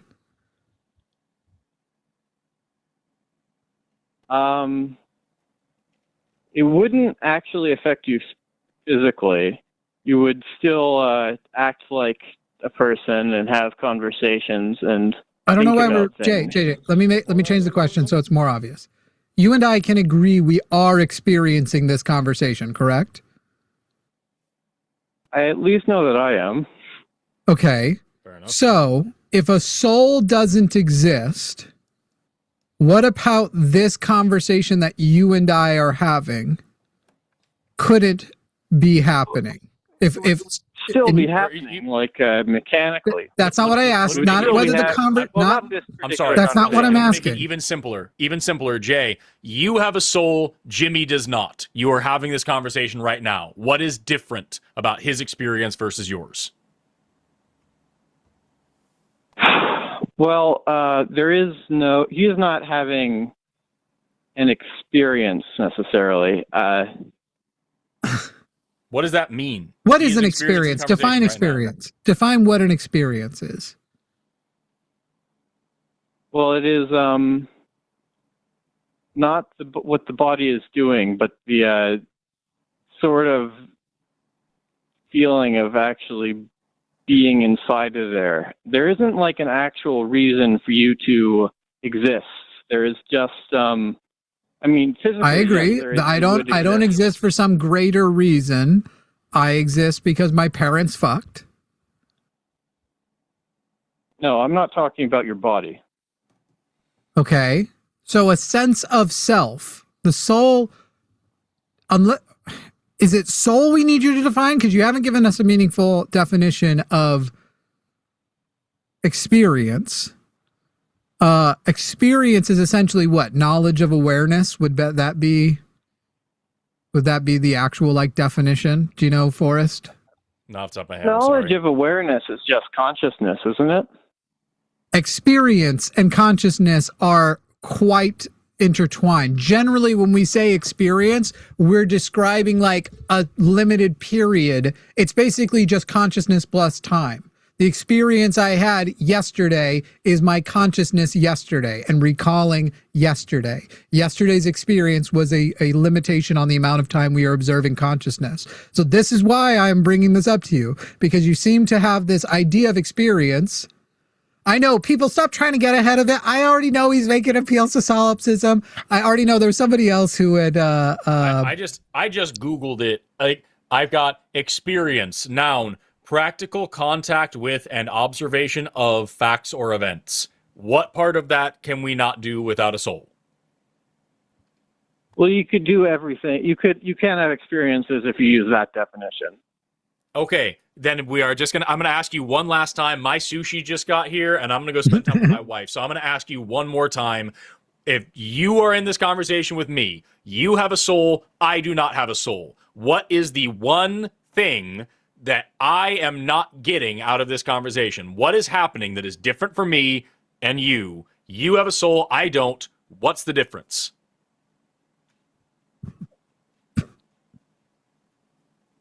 Well, okay, physically there is no difference, but you are... Non-physically, what's the difference? Sort of... What's happening outside of the brain? You said physically there's no difference, so non-physically, what's the difference?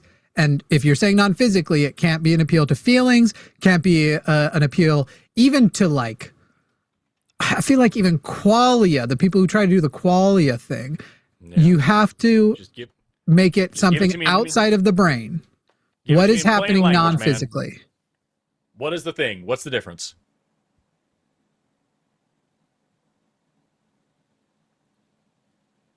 All right. I'd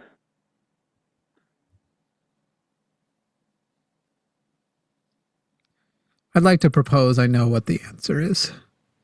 I'm about to fucking go get this sushi. Yeah. All right, what's the answer? Bring it in neat. Oh, you're not going to like it, Jay. It's not an answer that fits your worldview. I believe, Jay, that because you find your existence exceptional, therefore existence must be exceptional. Yep. No. I believe that you have a sense of like, I feel like I fit into this whole world and this universe, and that like my ability to observe and stuff, it just can't be for nothing. And therefore, because it's uncomfortable, the reality that we live in. And by the way, you don't have to do any of the spiritual stuff to get this sense of like, oh, fuck, this sucks. If you can just really spend a day trying to begin to perceive the size of the universe, you will go, fucking Christ, I am nothing. I am nothing and nobody, and none of this is fucking anything. Therefore, whatever I find is something is what actually is something. And that's what I think all of this falls down to, is that you believe your existence is exceptional. You are human. You accept that other people are probably human and that you aren't a brain in a vat because it would feel poopy for you to accept otherwise. However, if life isn't exceptional as you experience it, you actually then want to begin questioning whether other people even exist. I think that's the true answer. And that's why you can't put anything into words, because you essentially have a vibe. Just get your sushi. I was eating meats with you on. Yeah, we can meet with each other. I want to spend time with my wife, not I know. You're doing the show with me next Sunday, right? Calling it now beforehand?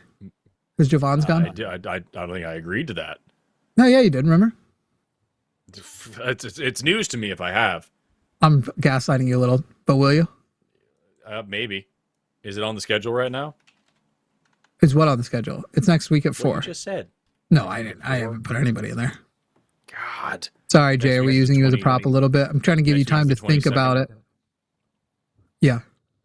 I might be able to. Let me get back to you on that. It's kind of a rough you want to fight some fascists. I mean, yeah, I do. But then I have fucking endocrinology first thing in the morning the next day, and I have to drive fucking an hour and a half to go do it. And so I'm just it's before the Sunday show after dark. You're still gonna be tired either way. Well, yeah, but that's just more work during the day, and like that could be time that I could be spending writing, and that's kind of or eating sushi with your wife, or eating sushi with my wife. Yeah, or but you should do it. Literally, I could punch myself in the fucking neck. Can I do the show with your wife? Learn from this conversation with Jay. I don't think she wants to. Come on, do it. I will have. If she wants to, I would love. It would be so funny if she came on my channel before yours. It would be. She's been on my channel a bunch. She's just a voice. She's just doing it on camera. But no, she would be a phenomenal atheist debater. She's fucking smart as shit, and she's really funny. She's great. Anyway, all right, Jay, did you think of your response? We bullshitted for a long time. Can you please tell me what is the difference? You and I are having a conversation. I don't have a soul. You do have a soul. What is the difference? Or was my answer the true answer, and you're realizing it is probably the correct answer, and you have some thinking to do? Which one is it, Jay? I was thinking about your answer a bunch, and I don't actually believe that I am special. I said the only thing I could know for sure is that I exist. But I think that then that is special. Most likely. I said exceptional, by the way. Everywhere and in everything, even like inanimate objects and animals. Yeah, I think you're changing my use of it. I know I'm not special. I know I'm tiny. I know in the blip of the universe, I don't matter. I am as incidental as a rock. And yet I consider myself quite exceptional. But I don't turn that exceptionalism into anything related to a metaphysical existence or anything. So, Jay, either answer Forrest's question or like admit you don't actually. It's a vibe, man. It's a vibe that you feel like there must be a soul. Otherwise, what's the point, guy? Dave's not here, man. That's what it sounds like a lot. Doesn't have any connection to me feeling special. Exceptional and special. I mean, I what don't these really words feel mean are any more special in the greater scheme of the universe than you do. Can you just answer my question? Because I agree with that. I also don't believe in any kind of meaning. I am also a nihilist in that way. I'm asking you, what is the difference between this conversation for you and me? I don't have a soul and you do have a soul. If you can't just tell me what the fuck the difference is, then I have no reason to care about this soul, and also I still don't think it exists anyway. That's the thing. It doesn't make a material difference. So it's kind of hard to just I didn't ask about a material difference. I said the difference. Any difference. What is the difference for me, from my subjective experience, in any capacity at all, between me and you? I don't have a soul and you do. What is any difference? All right, let me reframe this.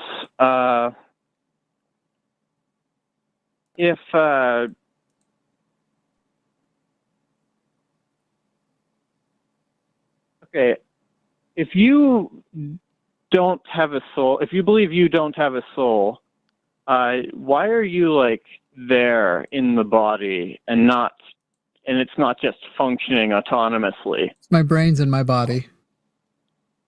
And my brain has developed the ability to observe, to see, to do all these, to process things. Sorry, hold on. So your argument is that my consciousness and my self-awareness is unexplainable to you, and therefore there must be some magical component? Is that what we're talking about now?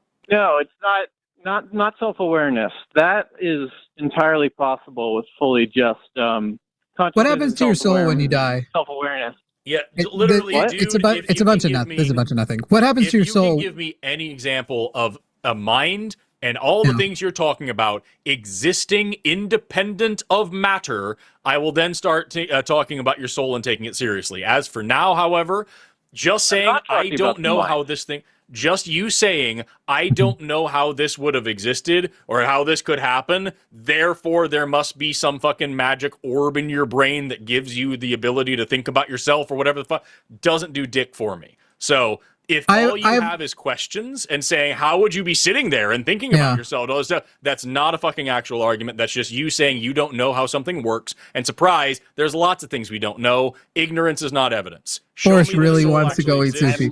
Forrest, if at any point you want to just go eat sushi, just go. I'll handle the last call. It won't bug me. Do you? Because I have questions. This is all we have. No, I'll finish it up if it's holding you too long. I have questions still. I find it silly, this line of questioning, and so I want to know, to Jay, the soul that you believe exists, does it die with your body? It could. What do you mean it could? I can't really speak to that. Okay. He's agnostic to so everything. what can you speak to? Well, I know that there is a soul. No, you believe there is a soul. Yes, if there weren't, the brain would still continue functioning as it does, as part of, because it is a physical thing that exists in the body. Yes. But you wouldn't still be in there. How do you know that? Actually having the experiences. How do you know that? Because I am in here having the experiences. No. How do you know? I'm sorry. That's not what I said. Jay. Because what you're describing is essentially your inner monologue. That's who our sense of self comes from. You have an inner monologue. It thinks, it evaluates. Okay, Jay, you're very special, but you're not special at all. But you're understanding of soul. So, Jay, what tests have you run on this, Jay? What people have you removed their soul and found that they were not in there anymore? He really wants to go, but he keeps pushing off my line of questioning until after his, which means I'm going to resume it in a couple minutes when he's done. Your sushi is going to be, I hope it's cold sushi, because I'm still doing my questions. I gave you an out, but I love you. Well, I feel bad just leaving in the middle of a show. That's the very end. I'm just saying they're going to blame me, not you. That's what the audience always does. They love you. They hate me. Anyway. So you're saying, I want to go. I'm going to get shit on in the comments. But then the reason you haven't gone is you. Well, no, I feel bad walking away at the end of the, you are losing lights. Show. You're losing more lights. I know they keep, it's this one in the middle that I just replaced today, and they just that one just down. Oh, okay. I was saying that one just swung down. This whole one goes across here, and I just replaced it today. This sucks. Jay, how do you know you wouldn't experience self if there was no soul? Because there is no reason or mechanism for it to happen mechanically. What if it doesn't need a reason or mechanism? What the fuck does reason mean? You're just saying things without any actual science. Where does the sense of self occur? How does the when you say a sense of self, sorry, not where does it occur? How does the sense of self manifest? What is the self? What is the sense of self that is separate from the internal monologue? It's not the sense of self that I'm talking about. The sense of self is entirely part of the brain. Okay, then where is the soul that doesn't exist? How does the soul that is not the sense of self manifest? Which part of my experience is the soul?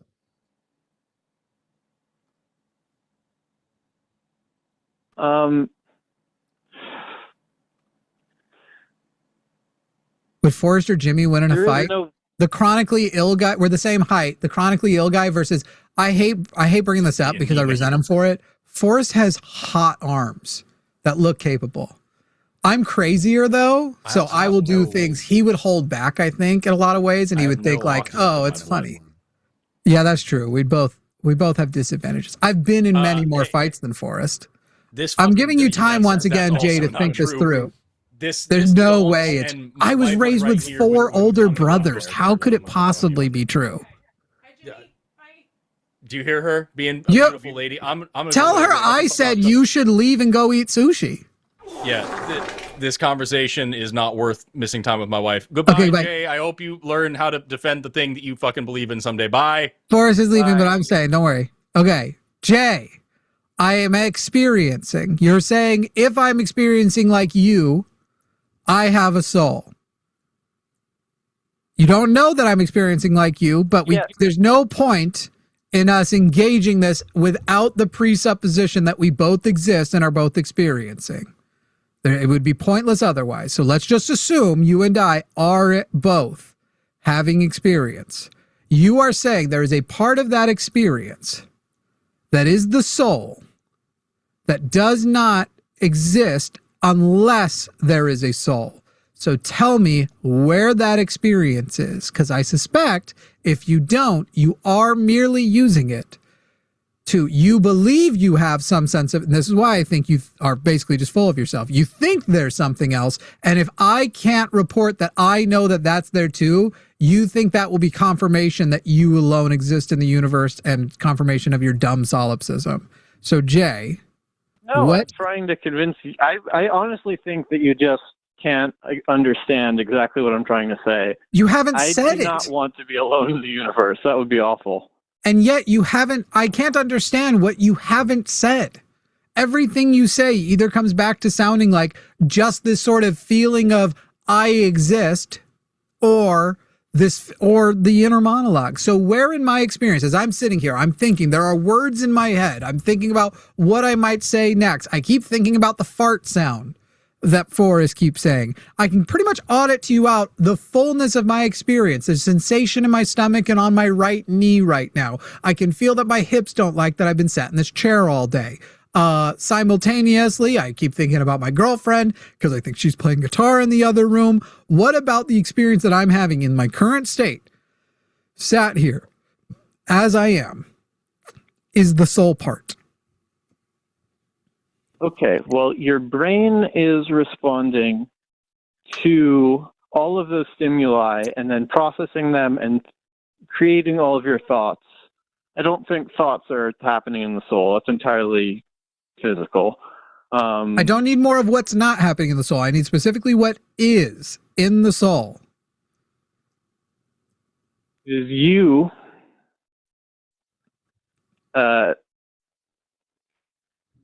that is just like sitting back there and experiencing everything that is. So are you describing like what Sam Harris is? The sensation that we exist in the basically the physical location of where our brain is? No. Then you're not saying anything.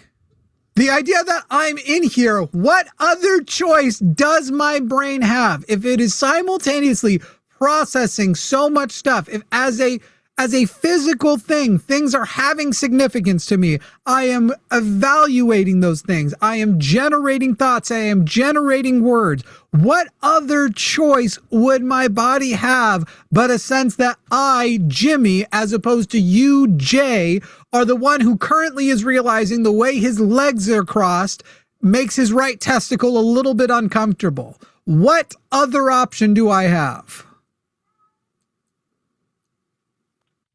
You don't have any other option, and that is all happening mechanically, and it still has nothing to do with soul. You haven't given me a single thing that is the soul. You said it's like the sense that it's you doing that, and I just asked you what choice I have other than it being the sense. Then what did you say?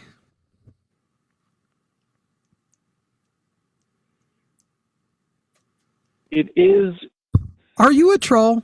I'm just realizing I should have asked. Is all of this to see how long you can be on and not actually say anything? Did I fall for something? Is this a prank? No, I'm definitely trying to say something. Okay, say it clearly.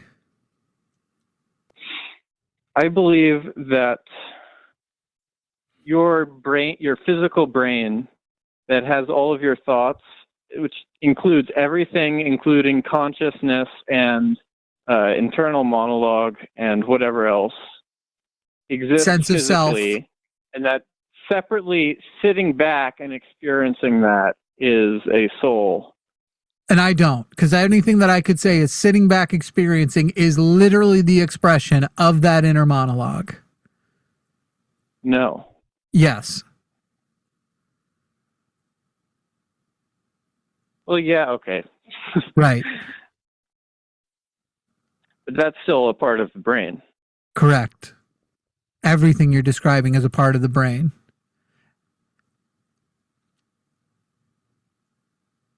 It's also why there's nothing that alerts our brain, the separate soul, when experiences we don't realize are happening are happening. This thing that you're describing as the soul, it's strange that soul that's sitting back but somehow in communication with us is also not aware of somebody walking behind us unless one of our senses alerts us to it. Our sight with a shadow or hearing or something else. Jay, how high are you tonight? What? How high are you tonight? I'm not high at all. Just so pretty high? This is such bong hit theology, dude. This is deep using the bubbler hit. Yeah. I hear you. Yeah. There's a thing in your brain doing that. And there's a thing with your brain doing the inner monologue and stuff. But then a step behind that, a thing that isn't thinking, it's just there experiencing. How do you know it's there? Do you sense that it's there? Okay, I have no idea how I'm aware of it. How do you sense it?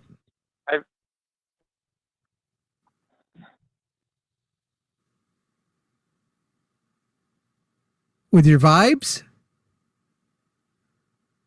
I don't know how my brain is responding to it. I don't know how that process works. What if your brain isn't responding to it? What if your brain is just your brain and there isn't something separate from your brain that is part of your experience? How would you prove whether that is the case, or would prove that there is something separate from your brain participating in your existence?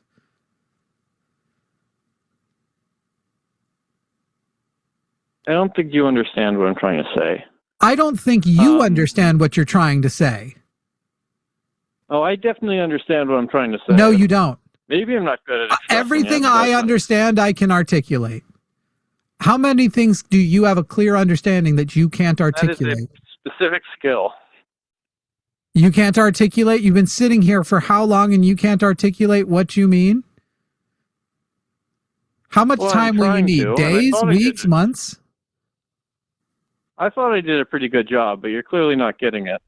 You haven't done a good job because you've not described a single thing that can't be occurring in the brain, except to just say, no, but it's behind the brain or separate from the brain. But you haven't actually established what it does, how we sense it. And you're saying, I don't understand. I asked you how you detected it. And you said, I don't know how I detect it, which goes back to my original point. It's a vibe you have. You desperately need to have a soul in some sort of personal ideology. And so you observe all these things that are happening in your brain, and you're just putting them in a little soul compartment, not realizing it's all in your brain. No, I haven't. I have specifically mentioned every brain process that you were talking about. And you have not yet mentioned the single brain process. You haven't mentioned a single thing the soul does that the brain doesn't. It does nothing. Then how do you detect it? How do you prove it exists? Well, all I know is that my brain somehow can detect it. No, you don't. It is. You don't know that. You believe that. Knowledge is demonstrable. Knowledge is the interception of facts and belief. You would be able to share the facts and the support for those facts if they were knowledge. You believe you are experiencing more. No, I actually do know it for a fact. No, you don't. Knowledge is demonstrable. Right now. No, you aren't. You believe you're observing it right now. You are delusional. Does a delusional person believe they experience belief or knowledge?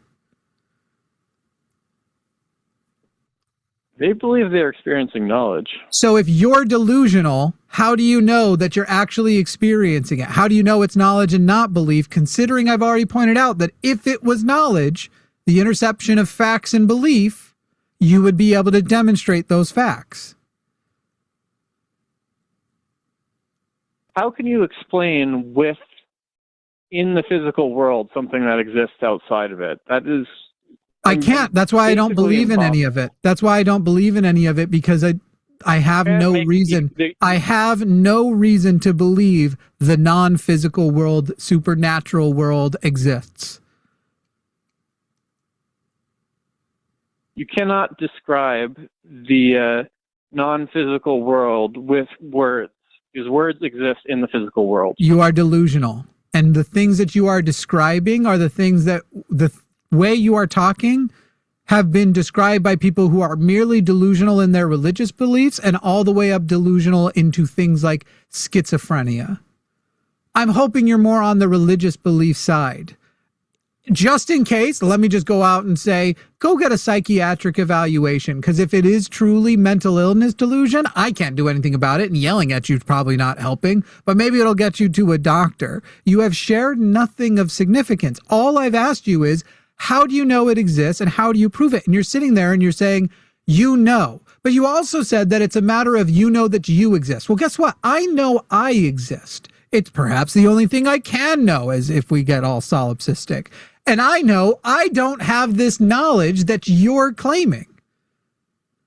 I know that in my brain, I'm not experiencing the knowledge of the soul, and you seem to think the knowledge of a soul is merely a quality of existing, and that if you have it, you will know it because it will be there. And I have no such experience. So where your delusion is coming from, an overstated sense of self and exceptionalism, or actual mental illness, we've essentially just wasted, I don't know how many minutes for you to say nothing and your complaint be that I'm not getting what you're saying and I can't prove something that doesn't physically exist. By the way, the things that don't physically exist and the things that exist outside the physical of the world are the same thing. If it doesn't physically exist, it doesn't exist. Otherwise, what is the quality of something? Then nothing doesn't exist, because you could never prove anything doesn't exist. Literally anything. You're observing it not right now, even though you are not aware of what it is or have the. No, I'm not. Believe that anyway. No, I'm not.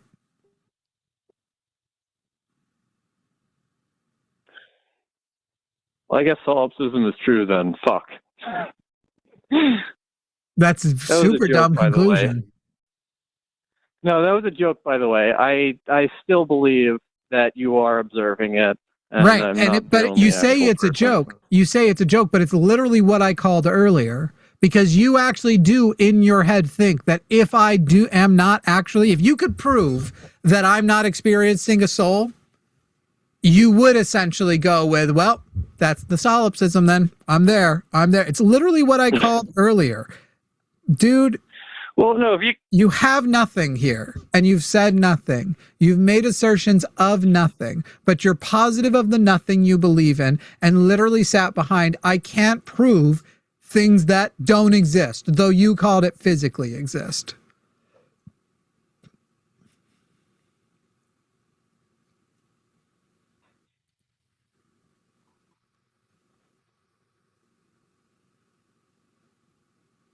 I have a crickets thing on my board.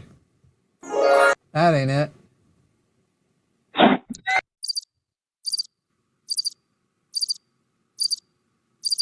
right, well, I think been going in circles for a while. Cool. I'm back on all week. I don't think I can.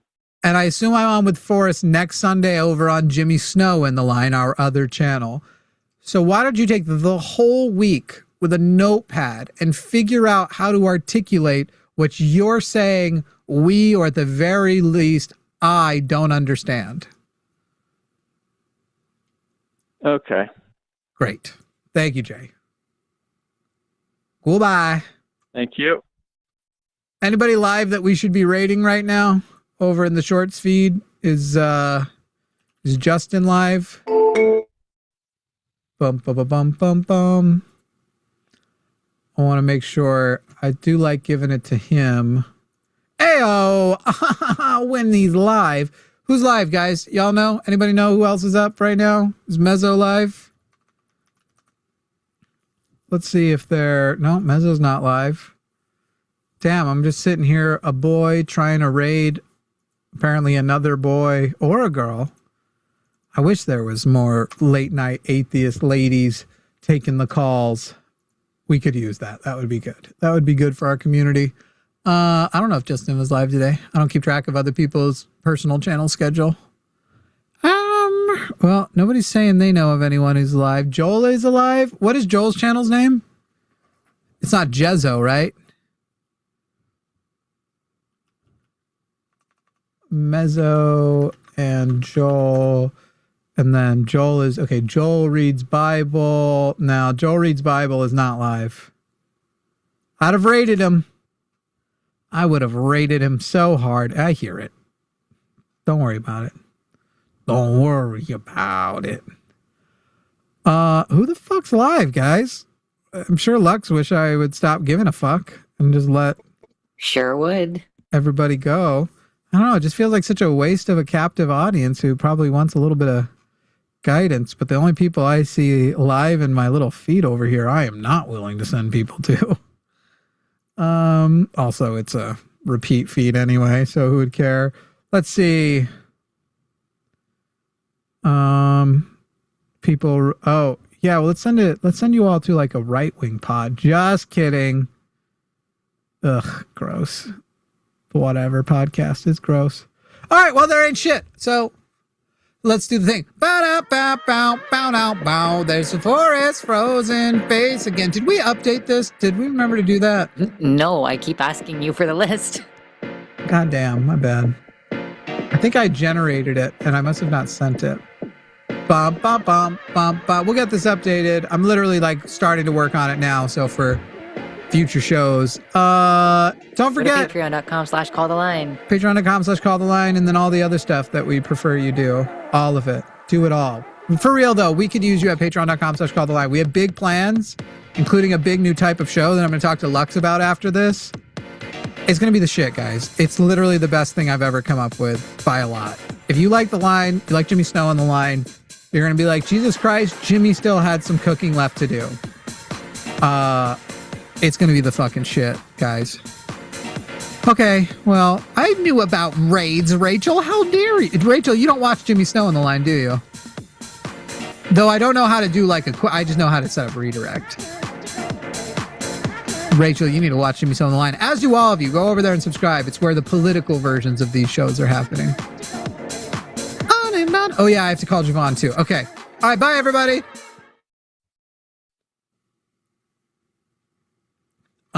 I'm going to get a new Zoom set up and invite you to it if you've got time. Do you have time? Lux? If I was supposed to hear anything you just said, I didn't. Do you have time if I set up a new Zoom and add you and Javon to it? Sure. You're going to fucking shit your pants, I think. I'm jealous that I didn't hear about it already.